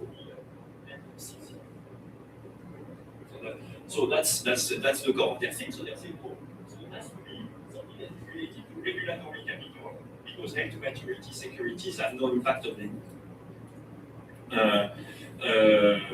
So the magnitude that they have here now, so they actually explicitly compute it. So they multiply this that is 20 cents per dollar. So what you seem to be finding is an effect that is bigger than that, which I don't know, but it's a liquidity thing. A priori, it should be smaller than the sort of the capital ratio. I don't know. I mean, but to be honest, I mean, a model would be good to discipline this discussion. There's also, okay, maybe the difference with the US also is that, you know, the Fed funds market is 100% unsecured.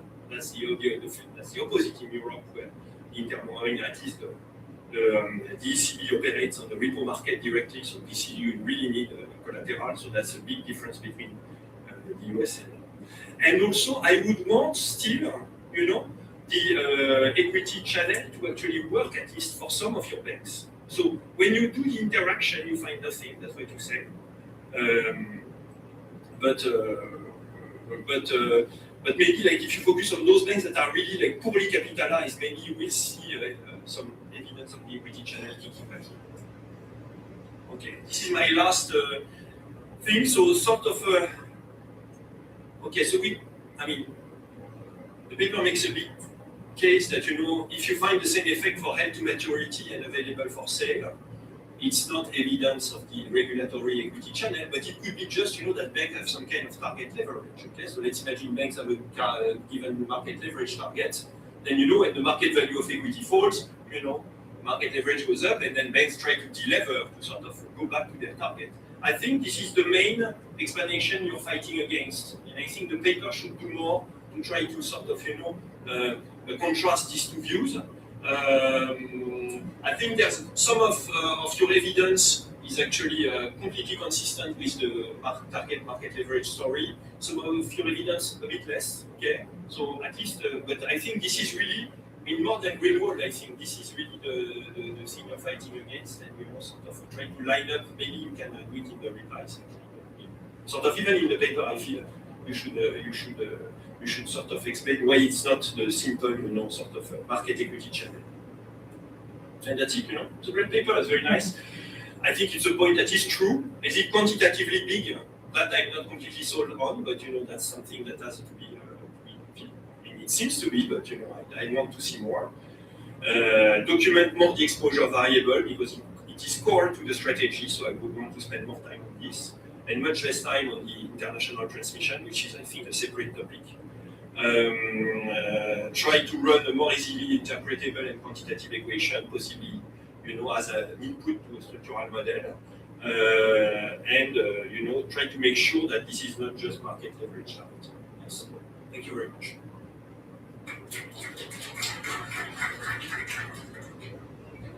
Let's take some questions.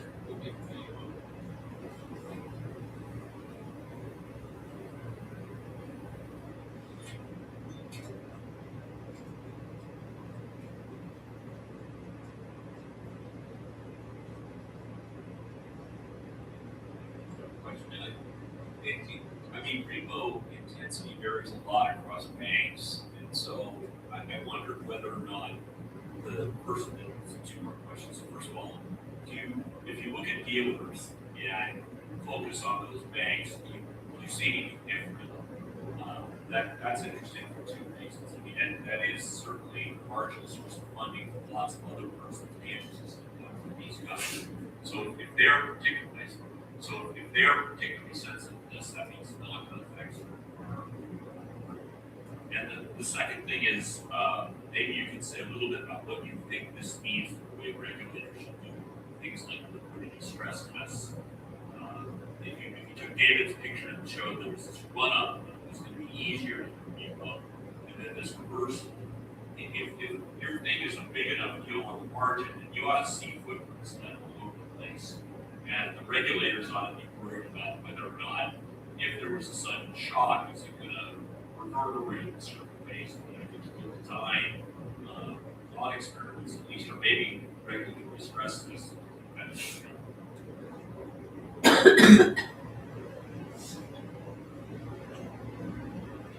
Really cool paper to help understand how monetary policy actually works, not just on the demand side, request, but also the supply side, how banks are trying to provide for that. And this is really trying to tell us that liquidity that banks face is important in that. And so on this liquidity point, do you mind sharing that more on kind of why you think unsecured security rather than borrowing is non-responding? Because liquidity is so important that it's hard to borrow. Why don't they compensate? That's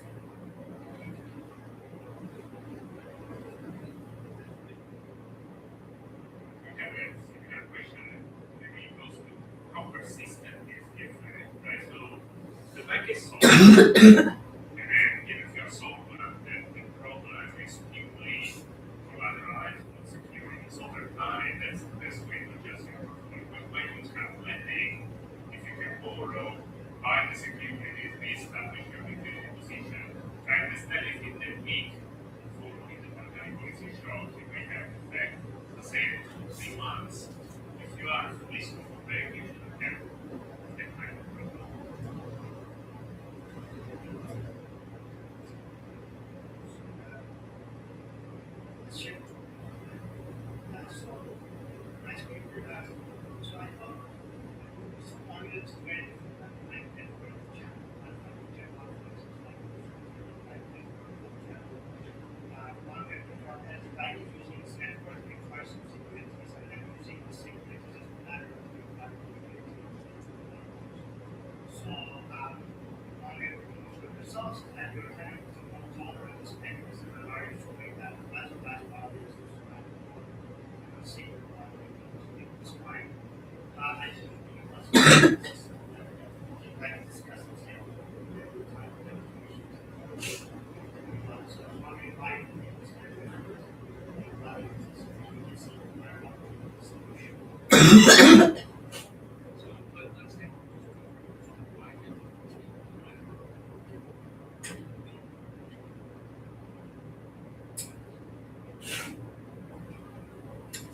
First of all, thanks so much, David, for a great discussion. Lots of great points to think about it, especially on the quantitative side.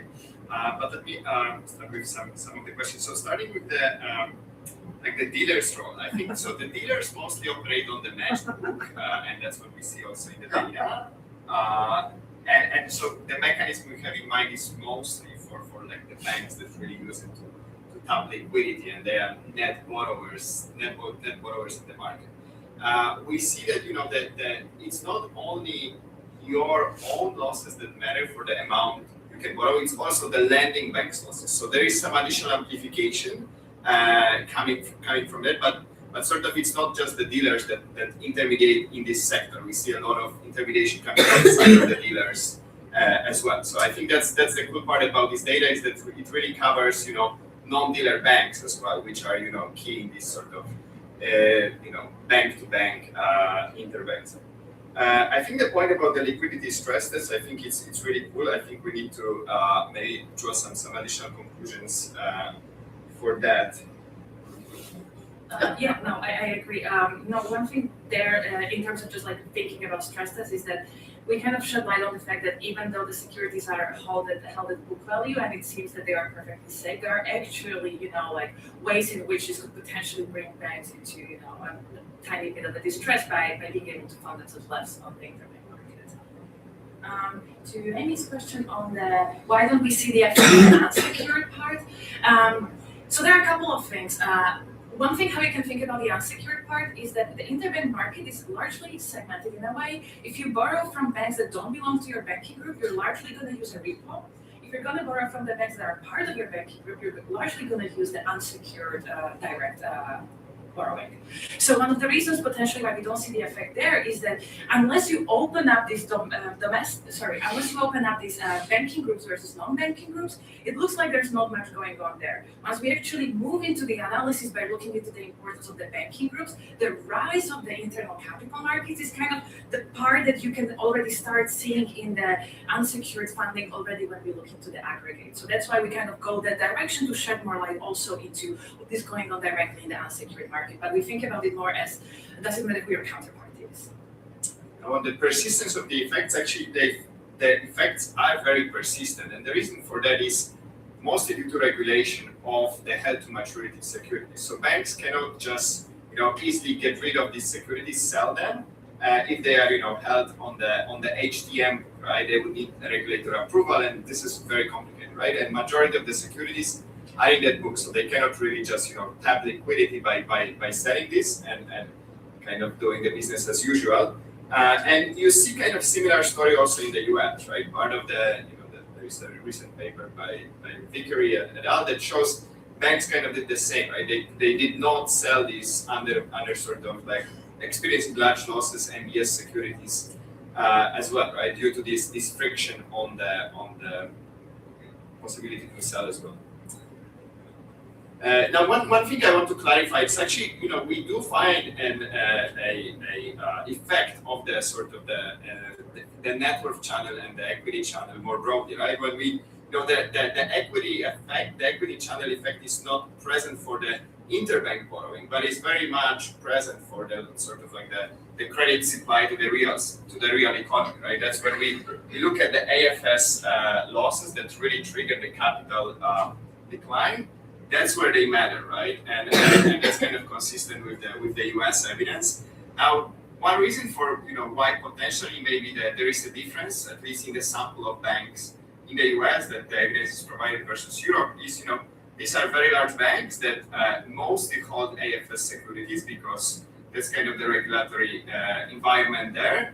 Now we observe a sort of a broader range of banks and a lot of actually, even in Europe, a lot of, even in the US, a lot of these banks that are smaller will hold the HTM primarily.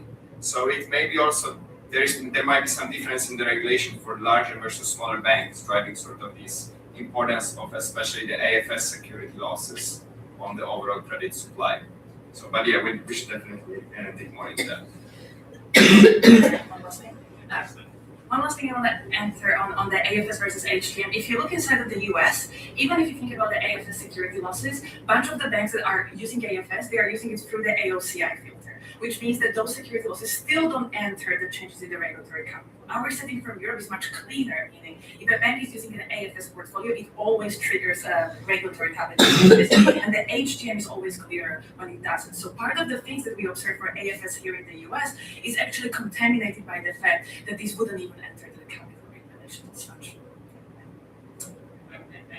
Thank you so much. So, break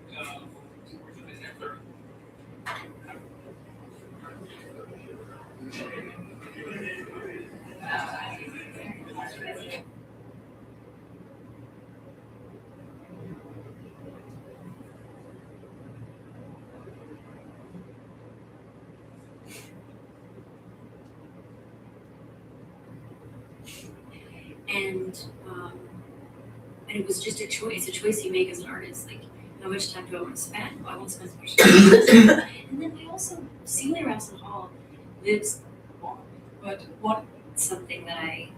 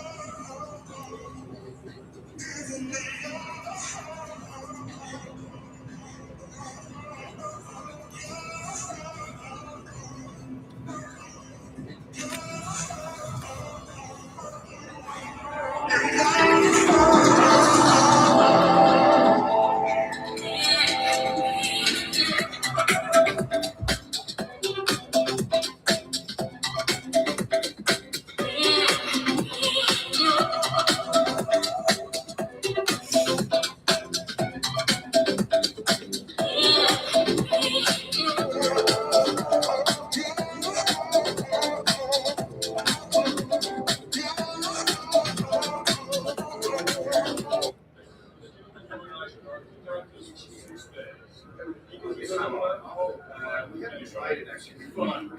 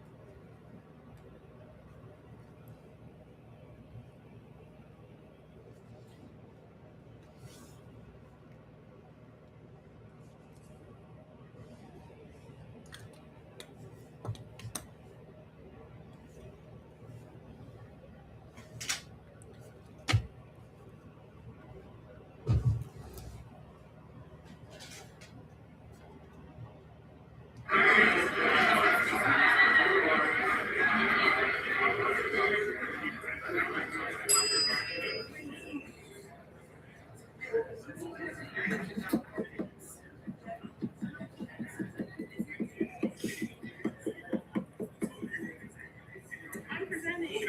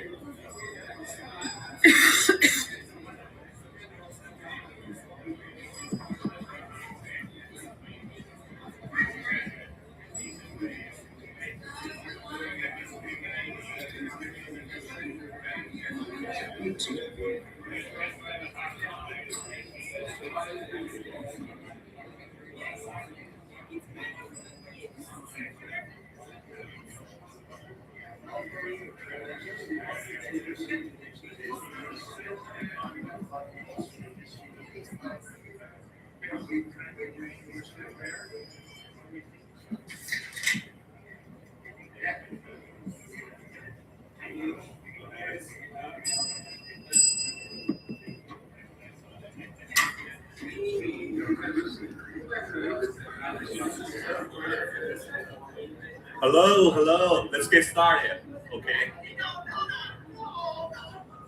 Okay, let's get started.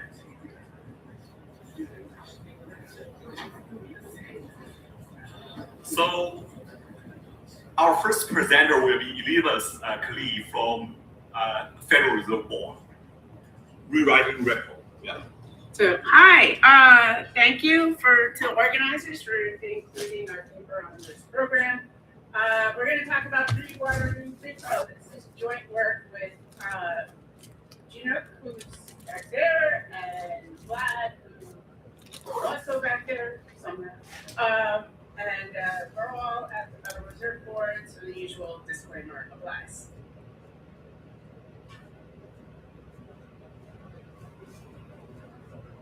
Is that page down?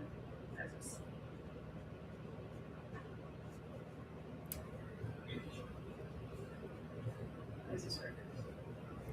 That's not working. I don't know. Use So the. what do I do? Just click here. Okay. All right. Okay, now it's working now. Okay, so.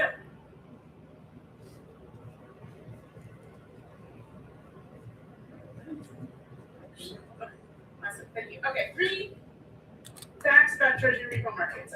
First, I want to say that this program is impressive because, we started the morning with the big picture of financial intermediation, banks and non-banks.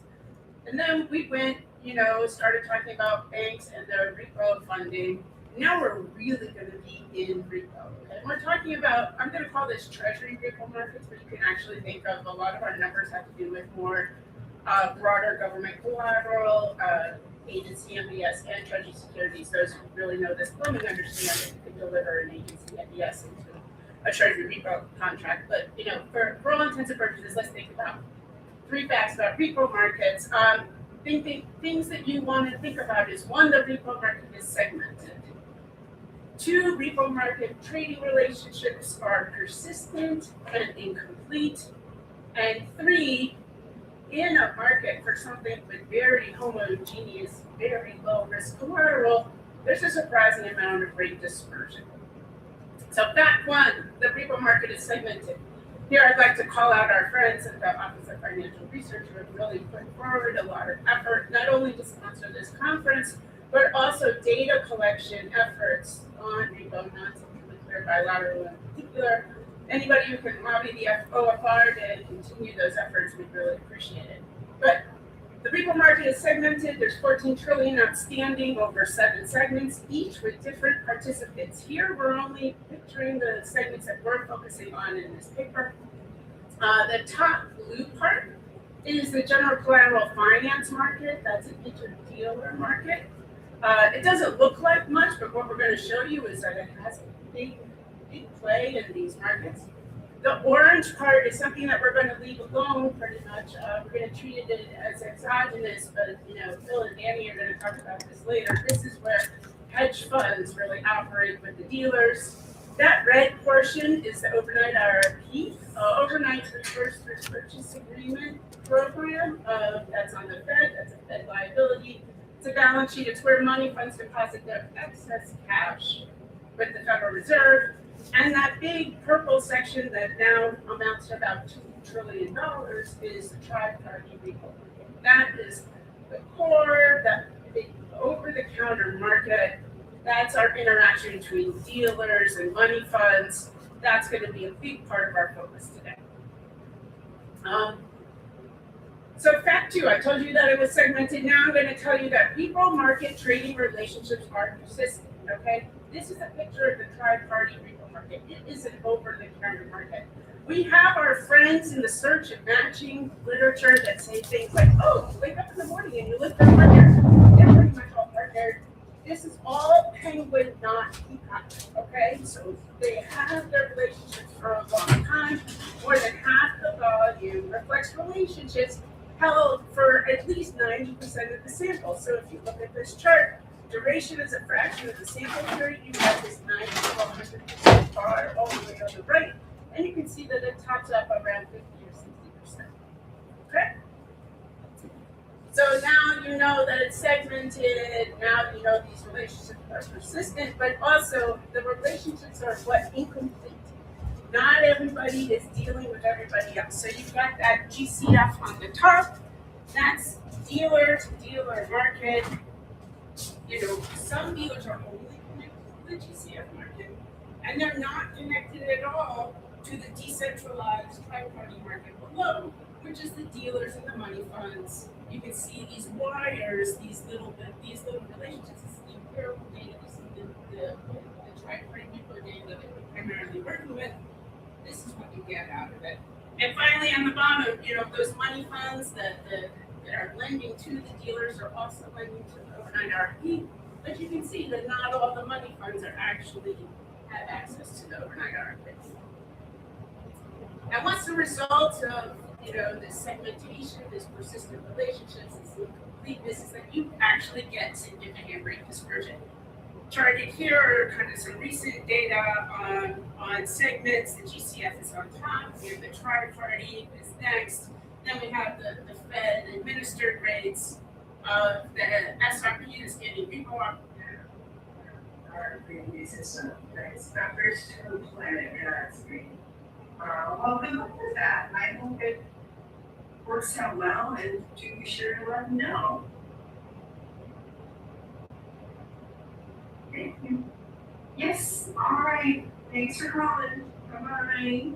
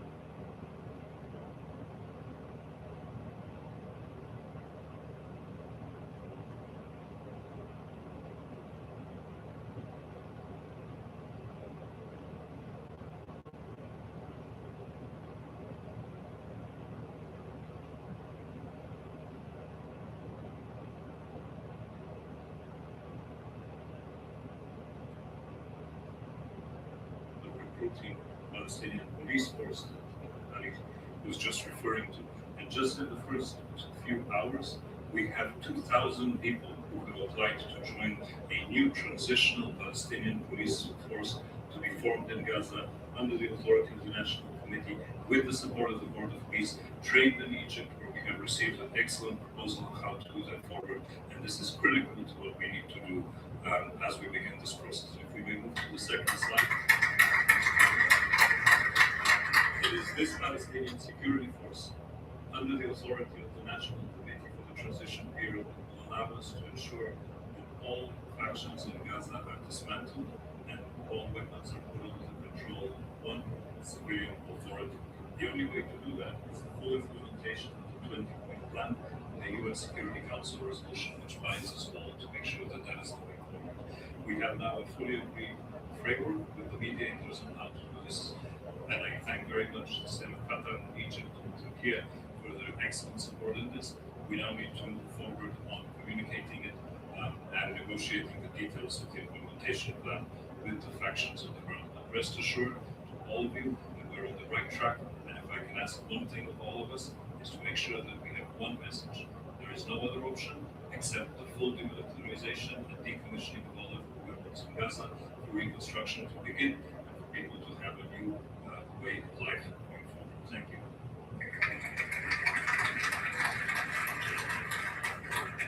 Thank you, Nick, and congratulations. Now, Major General Jasper Jeffrey.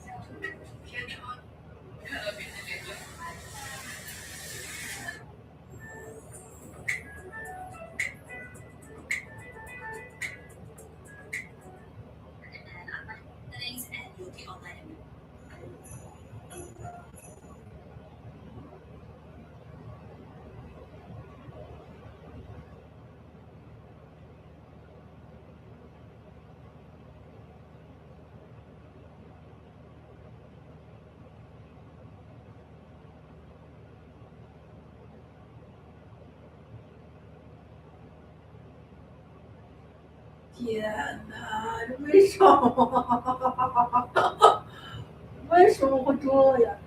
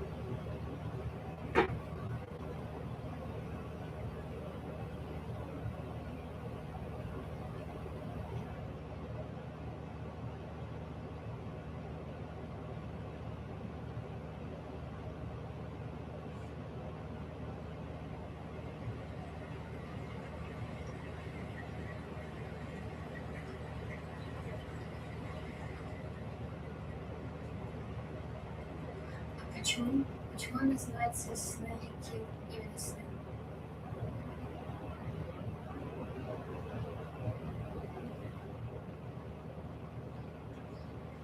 Помню, было большое кровотечение.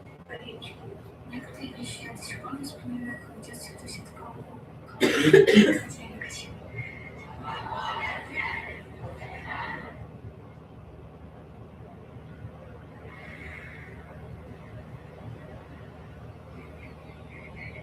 Снится стрельба.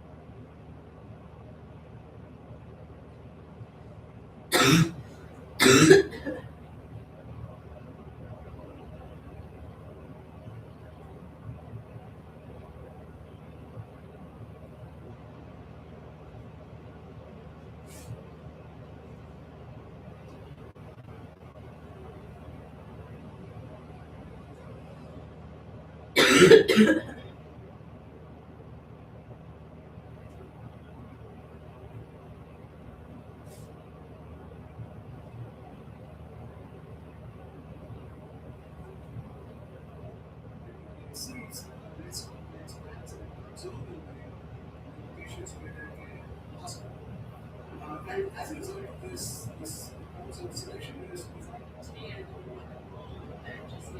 is the key characteristics of the model is consistent with clearly that this market segmentation affects equilibrium outcomes. There's an endogenous selection actually of active trading relationships, which is something to think about. We have time to talk a little bit about that. And then how are rates for currency outcomes? But these equilibrium rates are going to depend on a very weighted matrix. But if you think of your network, and you think of a matrix of your dealer relationships, it's got in there kind of all the key parameters that we just showed you before. It's got the balance sheet costs in there, and it's got the lender supply slopes. And it's got some weight on the shortfall penalties.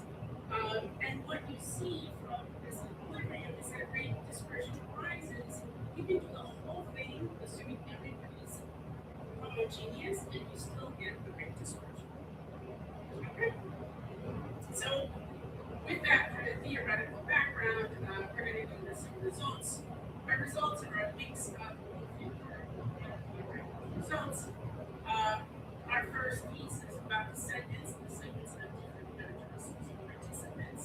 The overhead RFP, as we talked about, those towards cash from lenders. We're going to see that interest rate lenders supply much more elastic supply than our dealers, which are dealers that have been inelastically lent for cash. In addition, we're going to see that the GCF is going to smooth shocks to dealers. Dealers allocate borrowing according to their relationships.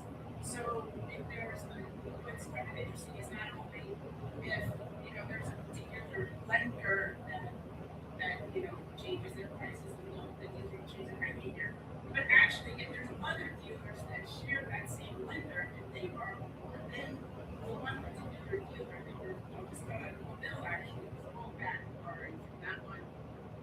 And then we have again our rate dispersion results. Okay. So just to focus on overnight RP is affording excess cash from lenders. Our dependent variable is the spread over the overnight RP. This is the supply curve. We're basically just trying to get a sense of what the parameters on supply curve. Of note, we use a certain kind of instrument to control for the endogeneity of pricing quantity. You can't run that for a question. We knew that. There was some discussion about questioning on before. No one's raised, the other popular market. We're actually using it what's called an anti-Martin decomposition. And essentially what that helps you do is two things. One, it works a lot like marketing, and then it focuses on the shares that dealers have in the market. And then we kind of basically take those shares and then project what you think, that dealer, that either the dealer demand or the oversupply would be. But the catch is because there is a role of quantities and a role for one in the original shares, you can actually use them as an aggregate instrument and also to give a sense of the aggregate decomposition of supply and demand. So that's what we're going to do. But for this regression in general, what should have you focus on a couple of different rows. One is the short point, one is overnight hierarchy, which you can think of as the net cash. And if you flip that over that 0.154, remember that we're in spread space and we want to talk about quantities. You look at the 0.154, or you look at that, or you look at the coefficient in the next column, where we split out both the tri-party and the overnight RRP. You'll see that the unconstrained lenders supply about $4 or $5 billion of cash per 1 basis point increase in the spread. Okay. Next result, GCF smooths dealer demand shocks. What we do with the paper is we go over how the different equilibrium look, either with or without the GCF market. The key point to remember is that marginal costs are actually equalized with the GCF market. So on the left it says marginal cost different. There's no sort of central mechanism that's saying, hey Dan, I'll take your excess cash and I'll kind of smooth it over. So you're stuck with a whole bunch of different marginal costs. But with this GCF market, because it's a little more money, you basically are able to keep that all up. And so what happens is because of the GCF market, what happens is that supply shocks actually become more important in global markets than demand shocks. So even though the demand is more inelastic, the GCF has the role of actually smoothing out those demand pieces and focusing. This really becomes a supply problem. This is empirically, we can see that. So that basically dealer borrowing is more inelastic than the lender supply. These are really actually pretty small numbers, and it basically says for 1 basis point increase, they're not changing everything here.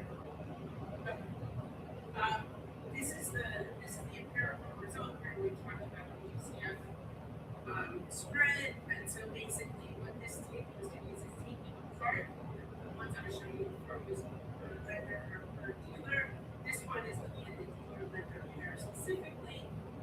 You can see that if GCF is expensive, well, okay, the dependent variable here is the dealer lender. So if GCF is really expensive, you're going to look more on your counterparts. Like I'm not going to go there here.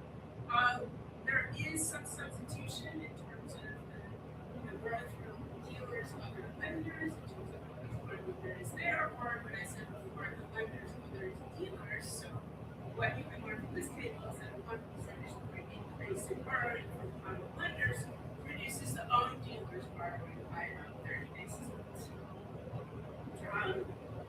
As a last piece, those people who work in money markets and work in retail and whatever, this was like a heartache of the day, September 2019. We can take our, and what happened in September 2019 in domestic repo markets, this is big old rates spike for absolutely no problem, and then there was a lack of liquidity.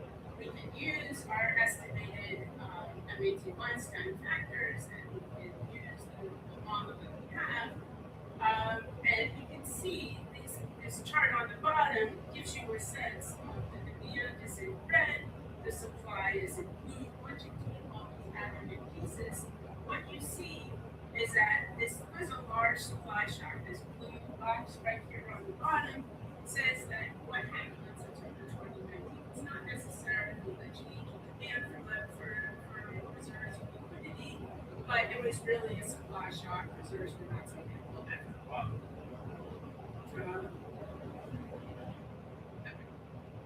So to conclude, we have 2 minutes left. It's a little bit different than what we said at the beginning, because we want to go into one more idea. The barring of the tri-party market affects pricing and shock transmission. So to be clear, GCF market is going to equalize its dealer marginal costs.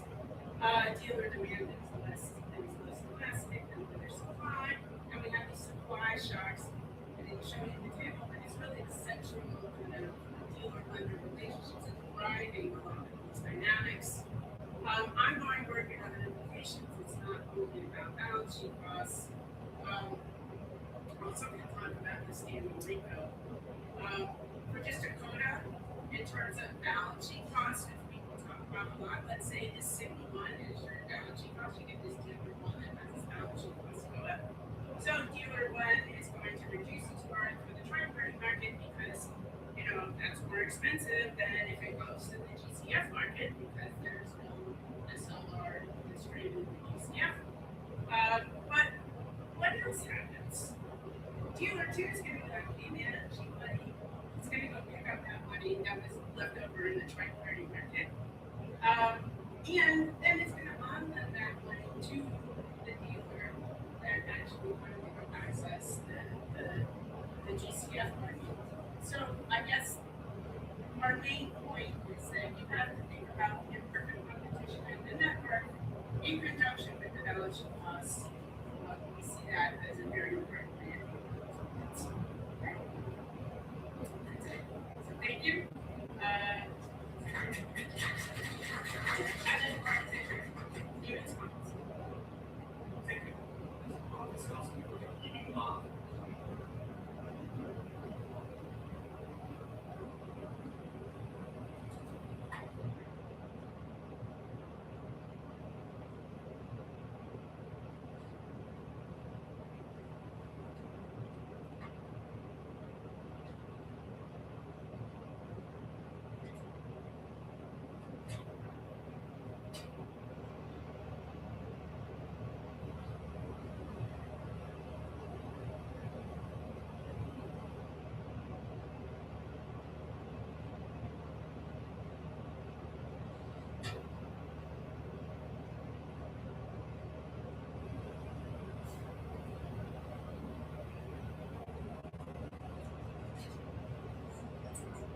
Thanks so much for having me discuss this very interesting paper. Let me just start by saying the crypto market is very big. I got this number just slightly smaller than the one this was not, but it's a huge number. It's in the tens of trillions. And just to give you a sense, this is double the size of the Fed's balance sheet as of 2025. It's about half of the commercial banks' assets, so it's really a really big market, important funding source for lots of institutions, and an important source for securities like the US Treasury. Right? But the repo market is not only important because it's big, it's also important because it's one of the key first stages of monetary policy transmission. Right? So the Fed sets the interest rates that banks receive on their deposits, and the hope is that banks are going to transmit that to the rest of the economy. Right? Now, how do we know whether that is happening? One key market to watch is the repo market. I hope that the dealers are transferring at least, these very safe, very secured rates that change in monetary policy efficiently and equally to the different participants, right? And so that's why dysfunction in repo markets is indicated in market dispersion rates is such a big deal, because if already there's this big dispersion in rates this early on, can we imagine what could happen later on as monetary policy transfers to the rest of the economy, right? And so this is now also formalized. So the official benchmark being used was once upon a time the LIBOR. That had some issues, and the unsecured market is not issues anymore, and now it's called the secured structure, and that's the benchmark rates for lots of things in the economy, and that is effectively taken from from the local market. So you can see that this is really, really important interest rate in the local market for understanding the effectiveness of monetary policy transmission. Right? So now, therefore, it's really important to understand the structure of this market to see what can go wrong, what can go better. To take it very, very, very roughly, you can think that this is a market in which money lenders, like money market funds, lend to a bunch of dealers, who onward lend that money to a bunch of hedge funds. Okay. A bit more in detail, you can see that the money lenders are on this side.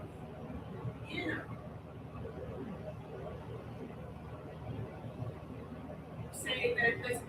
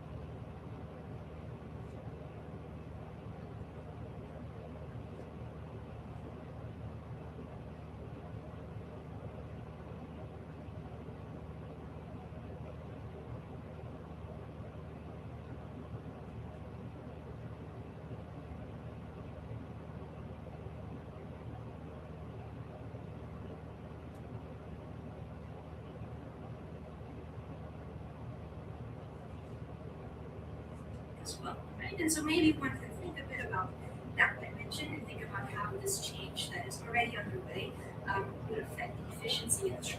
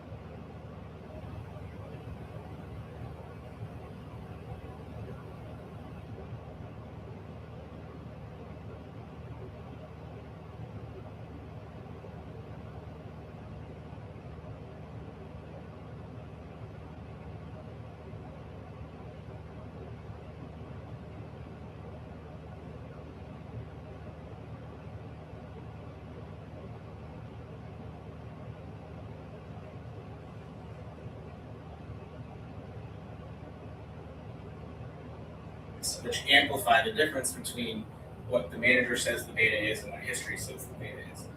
During a severe market decline, like the one we saw at the onset of COVID in 2020 Q1, a fund that has a positive beta gap will significantly underperform relative to what its historical beta would predict. So if investors were aware of the information the whole time, then that underperformance should come as no surprise, and we shouldn't see abnormally large outflows from those funds. However, under our preferred interpretation, investors will be surprised, and we should see abnormally large outflows. The abnormal part is key here. So the way that we define abnormal outflows is in a two-step procedure. In step one, we take all of the data prior to COVID, prior to 2020, and we use it to fit a flow performance model. We then take that fitted model and we say, how much would we expect each fund's outflows to be given their realized performance during COVID? Abnormal outflows then are the difference between what we actually observed in the data in terms of their outflows and what came out of that fitted model.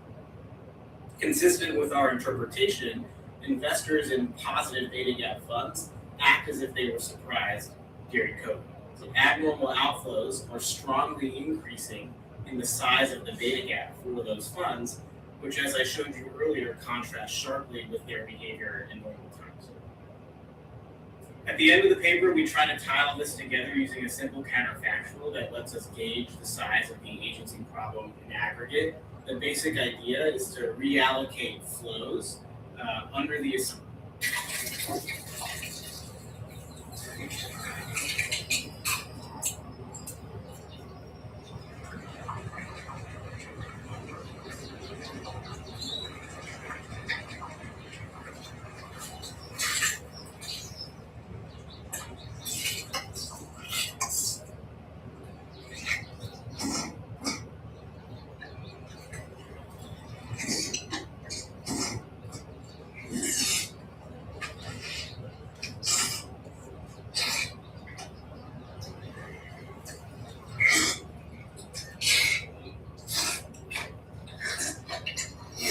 That investors evaluate funds using the maximum of what the manager.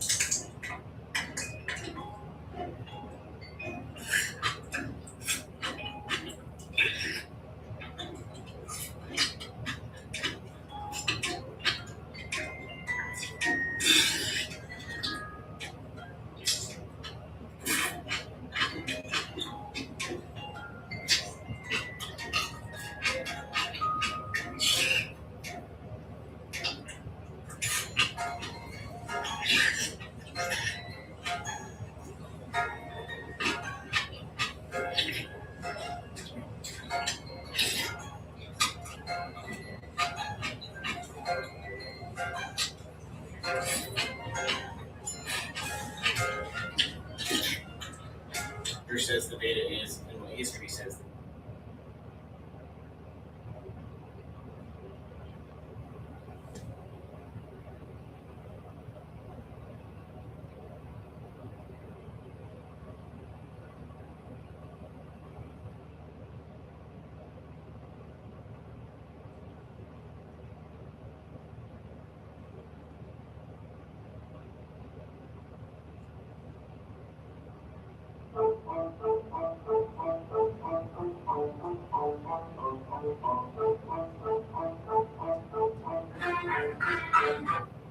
You told me you wanted to study operations before operations happen.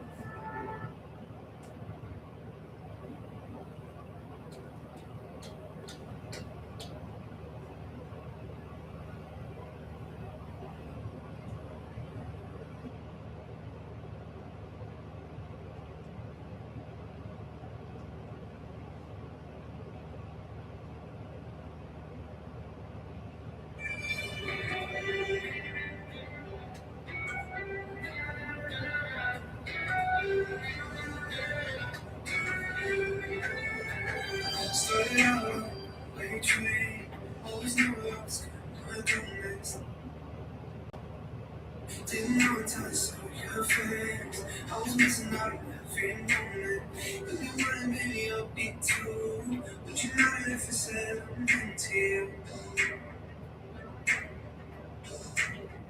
So if it's real, then darling, let me know. Wouldn't mind if you still show.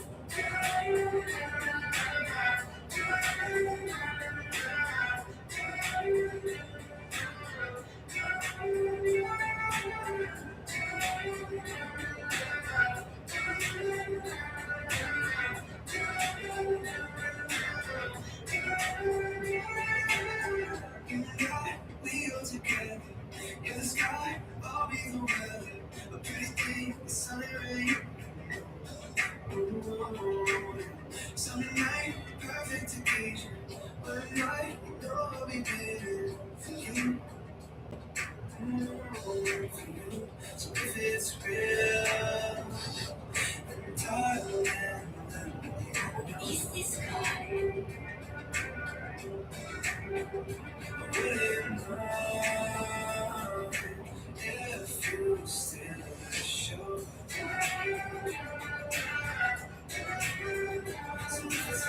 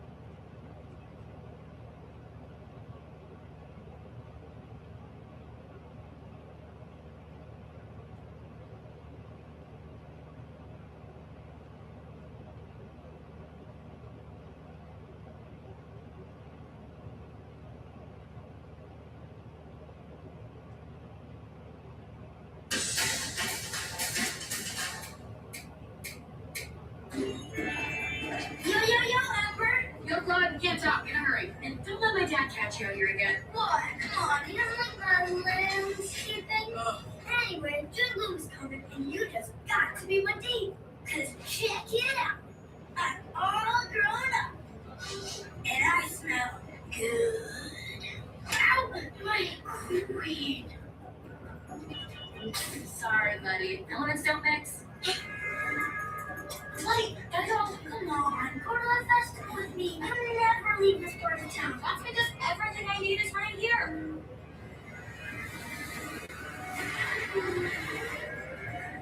Plus, the city isn't made with fire people in mind. Sorry, but it'd take an act of God to get me across that bridge. An act of God or an act of God?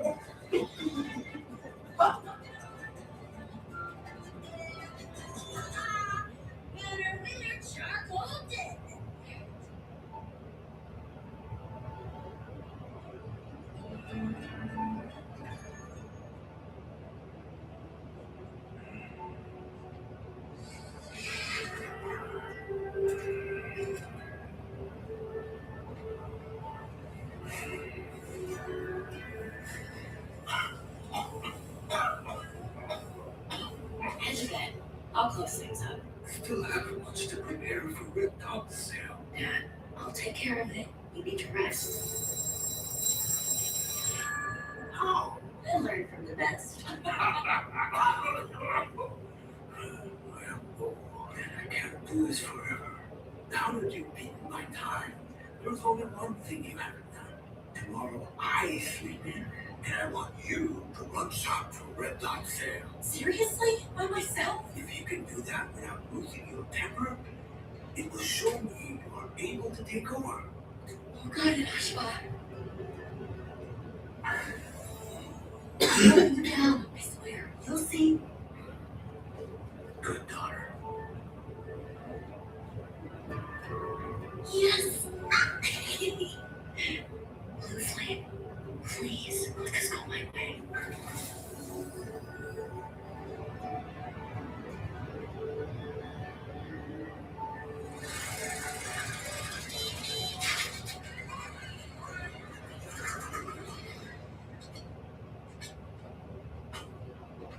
Take a breath. Calm as a candle.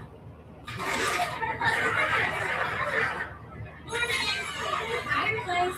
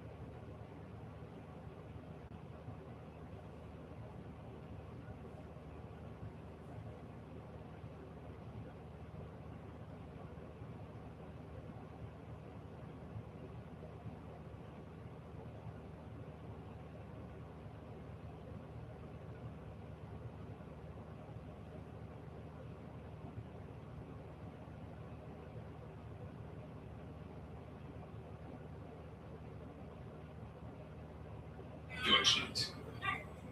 Sie sind so schnell am Start, aber noch nur Alexander Schiller. Zuvor, wenn der Druck im Eis ist, dann geht's auch los. Sie warten keine Sekunde. 4,81 im dritten die beste Startzeit haben. Mr. Wonde, jetzt bitte nicht mehr.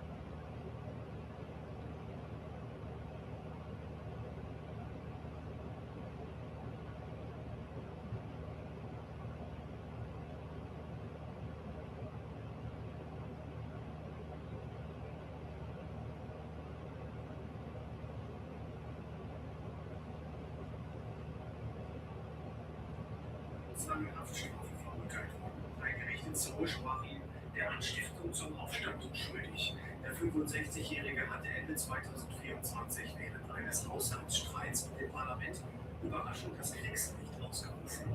Trotz Abwicklung der Nationalversammlung durch das Militär hoben die Parlamentarier nach wenigen Stunden das Kriegsrecht wieder auf. Nun wurde seines Amtes enthoben und angeklagt. Wie erfüllen Menschenmengen die Straßen von Seoul und wieder schlagen die Emotionen hoch. Über Live-Bildschirme verfolgen sie die Urteilsverkündung. Für die einen ist Yoon ein Feind der Demokratie. Für die anderen ihr Verteidiger. Er selbst hatte seine Anhänger mit unklaren Aussagen über angebliche Einflüsse Nordkoreas und vermeintlich gefälschte Wahlen angeschlagen. Belege dafür konnte die Yoon-Seite bis zuletzt nicht vorlegen. Ankunft des Angeklagten müssen tausende Polizisten. Nein, Herr Yoon, er hätte die Todesstrafe verdient. Ich verstehe auch nicht. Du hast das Video bis zum Ende geschaut. Dann kannst du.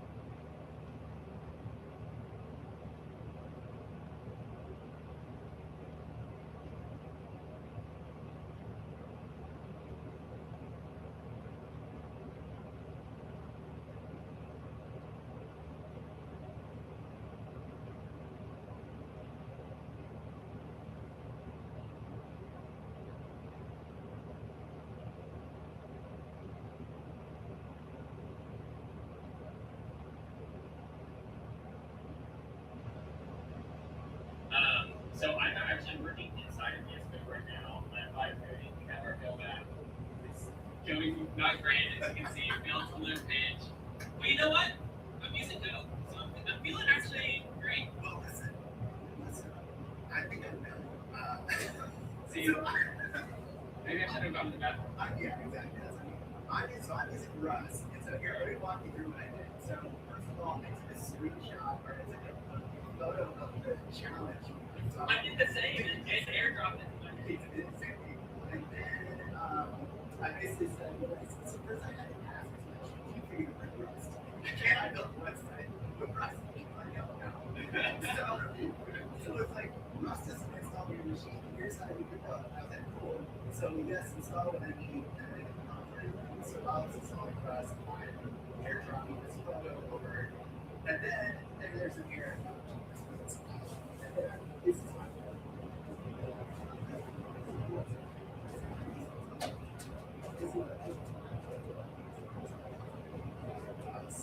And then create a detailed plan. So then I went into plan mode. Yep. And then I said it would be better if we could deploy it. We have to get it running locally. That's P0. If you have any questions, let me know. So then it goes through.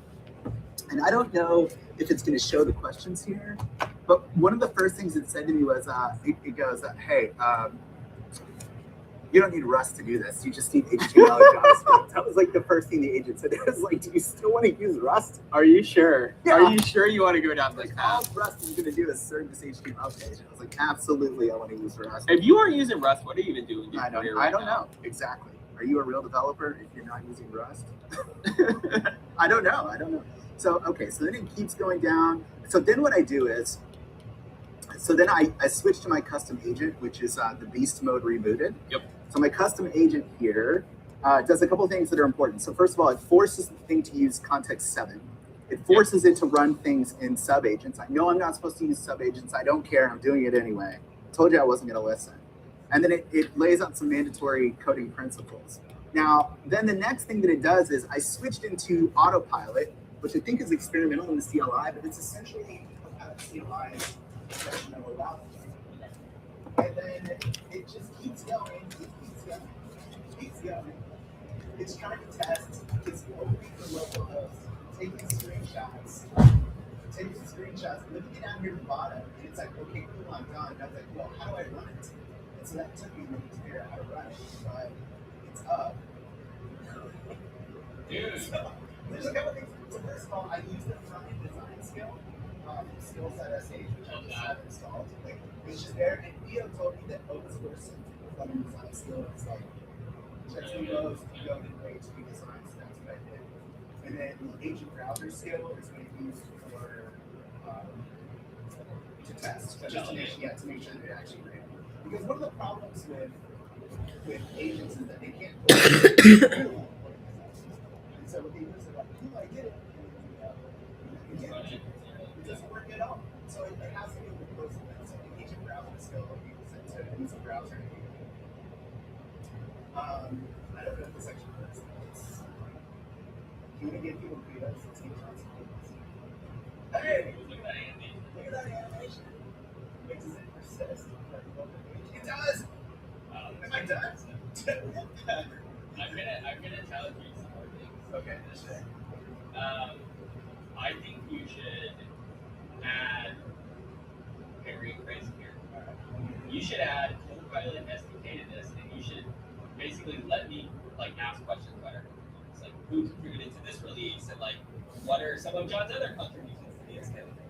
I think you can do that, and then you ground it in the information from like the updates. No, you can't. Well, that's fair. I need to think about how you would articulate. Well, we should ask Copilot. I did do this. I think that would be interesting. Yeah. All right. So it's not over. I mean, it's about. That's the thing. I still got an hour and a half. I think something like this, 2 hours, right? So there's a lot of time for me to catch up here. I think I'm going to try to figure out how to do this. Because building is easy. That's never been the hard part. The hard part is always the implement. So let's see if the agent can actually do this up so people can. All right, let's check in the chat. We have 30 seconds to do that. Let's see. We'll go Power Rangers. Let's see. This stuff is awesome. Hey, Gregor, what's up? How are you doing? We didn't come down to join us. Share what I built. Where's the repo? Oh, yeah. Yeah, we had just I'm going to close it. We'll come back here in a second, but for right now, I'm not going to show you all. I'm on top of it. Now, we're going to throw it over to edited by Doug. Oh, no, wait, sorry. That's not right. Hold on. We're going to go over to Connor. Connor beat with skills, apps, extensions. Over to Connor. Thanks, Greg. Yeah, so I'm going to talk about something very brief with MCP. And MCP is probably this thing you've heard of, you know, like you can plug things into your agent loop. So into Berkeley, I was talking about like being able to like deploy your app to places, and so that's something that you could do with MCP. Like Azure has a great MCP server. There's like Squidbase. There's all the places like Cloudflare has MCP servers. So you're probably familiar with like that as a concept as a thing you can use to make your like agent loop a better and more capable. But it's more than just tools, and so like a lot of those things, like deploying things, you could think of. You know, you could also use a commanding tool for that as well, and like agents can use commanding tools really well as well too. But they can have knowledge of like tools that have been around. They can also like figure out themselves pretty well how to use any given CLI. But the thing about MCP is that it's more than just tools, and actually tools were the kind of the first thing that came around when MCP was first created about a year and a quarter ago. So that came with tools and then resources and sampling, and then there have been a lot of like cool things since then, and I'm going to go through some of them today. There's several things that MCP does over just the CLI or over just like a basic like tool call. Like one of those is dealing with resources, and so MCP tools can return resources like to you, so they can like generate images, and those can be like encrypted by your agent loop. And you can also provide those as well to your MCP tool calls. Also recently, as of the 2025 of 2025 like version, there is the notion of async tasks, and so something that like a lot of agent loops struggle with is dealing with like tasks like a dump server that start like in the background, and we have like various ways and like detections that if you see like you're running a dev server in terminal, we can like detach from that and like not block on that. But in MCP, those kinds of things are first class workflows, and so going back again to like deploying a site, you might have a task that creates a VM, which could take like 5 to 10 minutes, and you don't want your agent loop to be blocked on that. And so that's something that an MCP server can represent really well, like as a task that's running in the background that the agent loop can go and check in on again after it's finished. And there's also the notion of like solicitations, and so MCP servers can ask you for information, as well as sampling, which is a way for them to make their own requests back to the LLM. And actually have a quick demo that shows some of these. So I just put together a really quick, just vibe coded like MCP server that that helps create a website. And so I'm going to start by saying I'm making a portfolio site that has all of my tools coded in it. And so that's going to just call this tool. I'm going to just allow all tools in this session just to make it nice and easy. Oh no, 1 second, let me pull, I think I have to pull this up again. I have like 5 different VS Code windows for doing demos of the session, so I think I didn't start that one. All right, let's try that again real quick. Let's start this again, and hopefully it'll all be good this time. There we go. So we started in your project, and it's also like returned a resource. It's just kind of a dumb resource that just says like this is my portfolio, and it has some like draft metadata around it. But now I can start showing off one of the new features, which is solicitation, or newish as of November. So I'm going to go ahead and say start designing my layout. And so what this is going to do is that it's going to have the model ask me, oh, I think I'm out of date. You don't really show in chat, but we can go ahead and do that. And this opens a web page hosted by the MCP server, which lets me like kind of sketch out my design. So, I could have like a rectangle here for my content. I can have like a nav bar, maybe like a navigation, or maybe a sidebar there, and I'll say done. So now we see that actually comes back inside the tool call. So that comes back as a resource from that tool call. You see my beautiful design there. You can also have, if you have like Figma assets, if, for example, you can like save these assets as well. So I can go ahead and download those if I want to. I can save them here in my test site folder, and there they are. So now, let's say I want to go ahead and configure my site. So configure my site, and this is going to show a slightly different mode of solicitation, where it's basically a form-based solicitation, where it's going to ask me essentially in kind of like quick flow what I want to do. So I'll do a creative site, I'll do a single page site.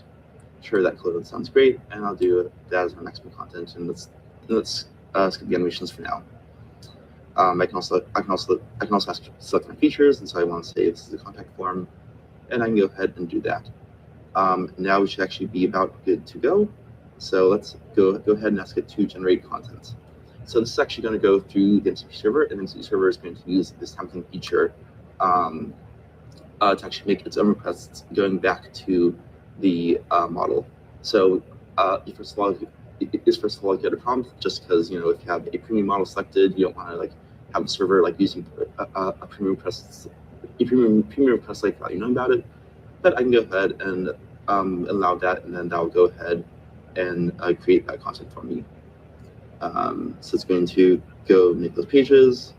I think maybe the server is being a bit lazy here, but that's kind of the overall flow of some of these features. And if you go to the log of requests that made, we should be able to see that, and we can see that it made these requests to the server and asked for these different contents. So that's kind of what we had as of like last release, or sorry, as of the release back in December. But the cool new thing recently is MCP apps. Oops. Oh yeah. And I'll actually start by showing a quick demo from Storybook, which is an MCP server that's oriented around like designing different components of the web, and how they used MCP apps in their scenario. So essentially, what they do, I'll try and skip forward this because we're out of time. They use MCP apps to actually show like interactive content inside of chat. So MCP apps essentially give the MCP server a way to like have their like own content, like which is shown inside of chat. And so the very basic way is just you have tool call, and tool call returns the data, and the data is shown inside of a response. These are actually fully interactive things as well. And so there's a few other cool things that you can do with apps. So I'm going to go ahead and swap to the window if I can find the window. Here we go. In this repo, I have some pull requests, and so I want to like review those, but I don't know like what I want to do first, and so I'm going to ask the model to please use the list sort tool, which has an MCP app attached to it. And what this does is actually lets me have a like interactive list here, and I can drag around this list, and I can say maybe I want to like view this PR first, and so I'll drag it to the top. And then in this app, I have a button to say I want to save the order, and so then it pre-fills my next message with that resulting order. So that's a nice way that I can like really easily kind of like interact with this, and otherwise I have to like copy paste things around. But this gives me a very natural way to do that interaction. So we need to do that, and then it's going to probably like call GitHub and go ahead and start doing that. Oh no, I have to change. I've changed two different models. This should do 4.1. Yeah, so that's one thing. One other kind of cool thing from this MCP server that I'm using, which is just a kind of demo server, is that I have the script here that does some benchmarking, and it's just like runs some benchmarking on some of the code in this repo. But I want to say that I want to then analyze this code. So I think I have something in my history. Let's see. So I can ask the model. I'm going to swap over Haiku here. I'm going to ask it to run this benchmark and then analyze the result. So it's going to go ahead and take a second to read that and build my server, build my project. As you figure out how to do that. And then run the benchmark. And so we see that it completes here. And so normally I'd have to then, I think there's a CPU profile somewhere in here. But what it actually did is that because it created a CPU profile file, that was actually given to a tool that exposes an MCP app, and actually let me visualize that like directly inside of chat here. So I can, oops, I don't want to close that. I just want to collapse that sidebar. So I can then like go in, I can see like this is the time it took to do these different things. I can click on, say I want to like analyze like this call frame a bit more, and it looks like actually creating this broken circuit error actually took like the majority of time in this one case. And so I'll go ahead and click over into that if click works, and then I can go ahead and analyze. And so that's gonna then basically pre-fill again, give a prompt to analyze like into analyze that frame in the call stack. And so it's going to give me like some good suggestions to fix these things, and then it looks like I think these are probably pretty good things. It's using a singleton error instead of creating a new one every time, because collecting this call stack is kind of expensive in JavaScript, and that should fix the issue. So those are both nice ways that you can use apps to kind of like visualize and kind of create like interactions with your data inside your agent view. So it's really good for human in the loop kind of things where you have like data that's messy or data that that's like not really like easy to like manipulate otherwise. You can actually now have a rich app that you can interact with in very easy ways to do these things. Over here again, trying to figure out how to go to my next slide with the YouTube video up. There we go. Yeah, so apps as we shown can do a few things. They can show the results. They can actually also attach data to. They can also attach data to your context, and they can send messages on your behalf, which is what I showed in those two examples. One really cool thing they can also do is they can actually also call tools on the MCP server itself, and you can use that to do some really interesting. Interactions. So, and both the two apps that I just demoed, those should be visual, and then you can interact with it. But then the data loop at that point was kind of done. But you actually do a more down flow where you can actually have the MCP tool wait for interaction and that to happen before it returns control back to the model. I have this flow diagram, but it's probably easy. It's probably easiest to just show it to you. So I just I just one shot this color picker MCP. You can see my vibe coding right here. Those two requests.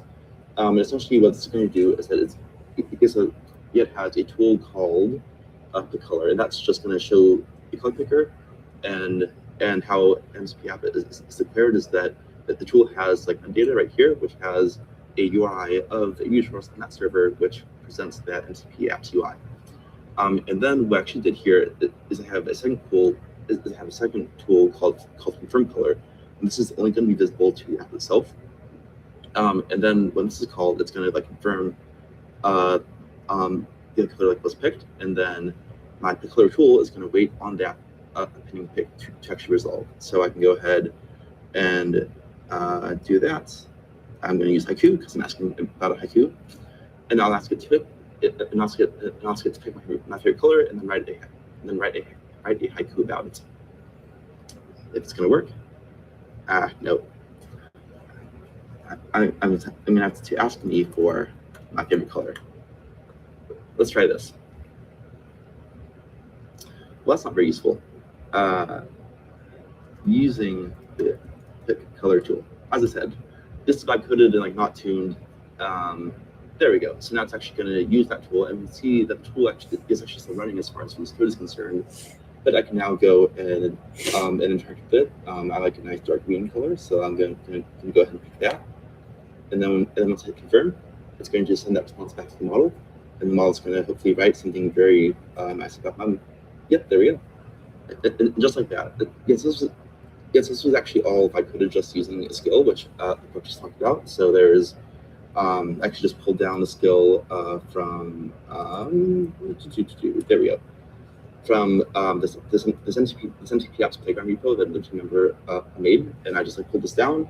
I said, "Hey Copilot, here's the skill. Here's what I want," and they go do it. So that's how that app was made. So we're about out of time, but in that sense, those are ways that you can use MCP to interact in interface with the model. And if you're a developer of an MCP server, definitely check out MCP apps. They're supported in VS Code, and I think Claude and OpenAI also support them now. So try them out, give them a shot, and yeah, build something cool.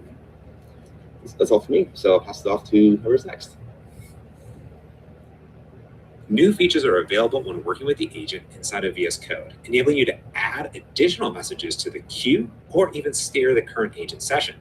Here I'm going to go ahead and add a new feature to my VS Code changelog bot to detect images and make sure it adds it to the post. With long-running tasks like this, I'm often thinking of the next task before the first one finishes. Or I may have noticed that I forgot to give it a little bit of context, and I want to go ahead and sort of redirect what the agent is doing. An example here is maybe there's multiple images and we should actually have a threaded conversation. I now have the ability, like always, to stop and then send a new message right away. But now I can also add a message to the queue.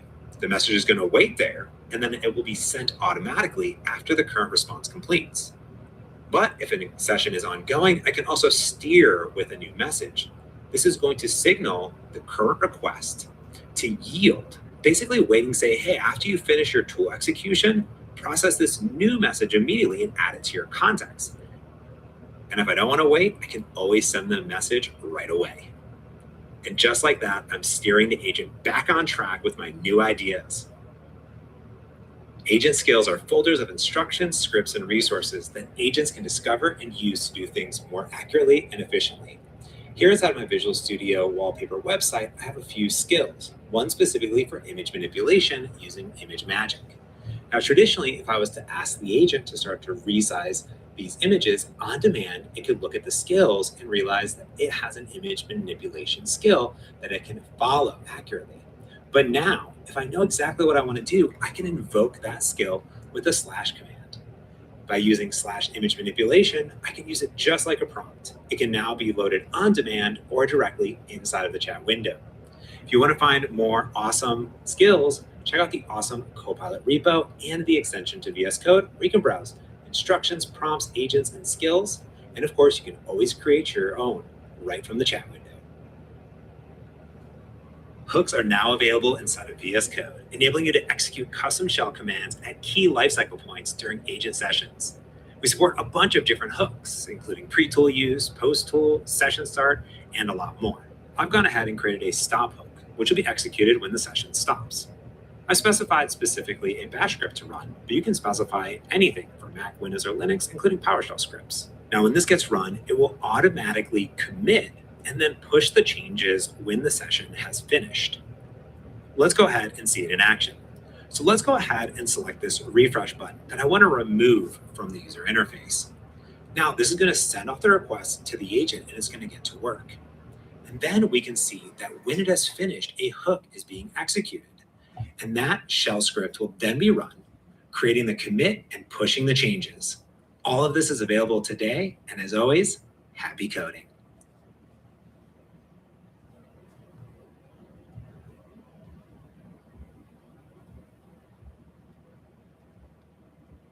Hey guys, my name is Justin. I'm Kyle. And I'm Joaquin. And we're developers on the VS Code team. And one thing I wanted to talk to you guys about today was the integrated browser in VS Code. So something that you guys may not know is that we actually have a browser built in directly to VS Code. And what exactly does that look like? We'll go ahead and show you right now. So there are a couple entry points into the integrated browser. The first one I wanted to show was with a new setting that was actually added. So you can see here, over here, Workbench browser, open localhost links. If I do command and click, this will actually open up the integrated browser. The other easy entry point is right here with the command palette. You can see here I have browser, open integrated browser, and I'll do the exact same thing. And I'll open an empty browser here. I can go ahead and paste in my localhost here. The last entry point, let's say your agent had finished cooking and it finally was like, oh, do you want to run, do you want to open this locally hosted site? So I'll just prompt it here. I'll just say start this. And we actually have a built-in tool here, which will go ahead and execute open integrated browser. We don't see it here. That's OK. But yeah, you can see here, well, it wants to run the React app, but that's OK. Yeah, normally we have a tool here that will actually open the integrated browser here right now. Don't let me talk.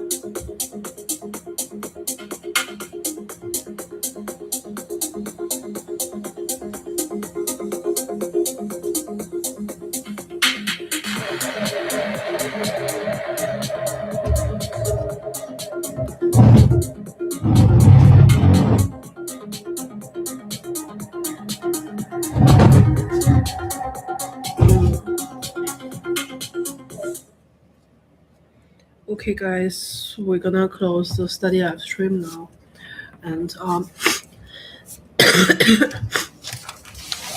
today I've been told that we got a macro exam, but afternoon, just now, like 1 hour ago, and the professor has sent a message to sign the examination.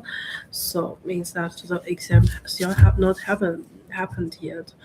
And so from this point of view, and we kind of like pre-running about what gonna happen when in examination 期呢. And so see you guys in the next one. Bye.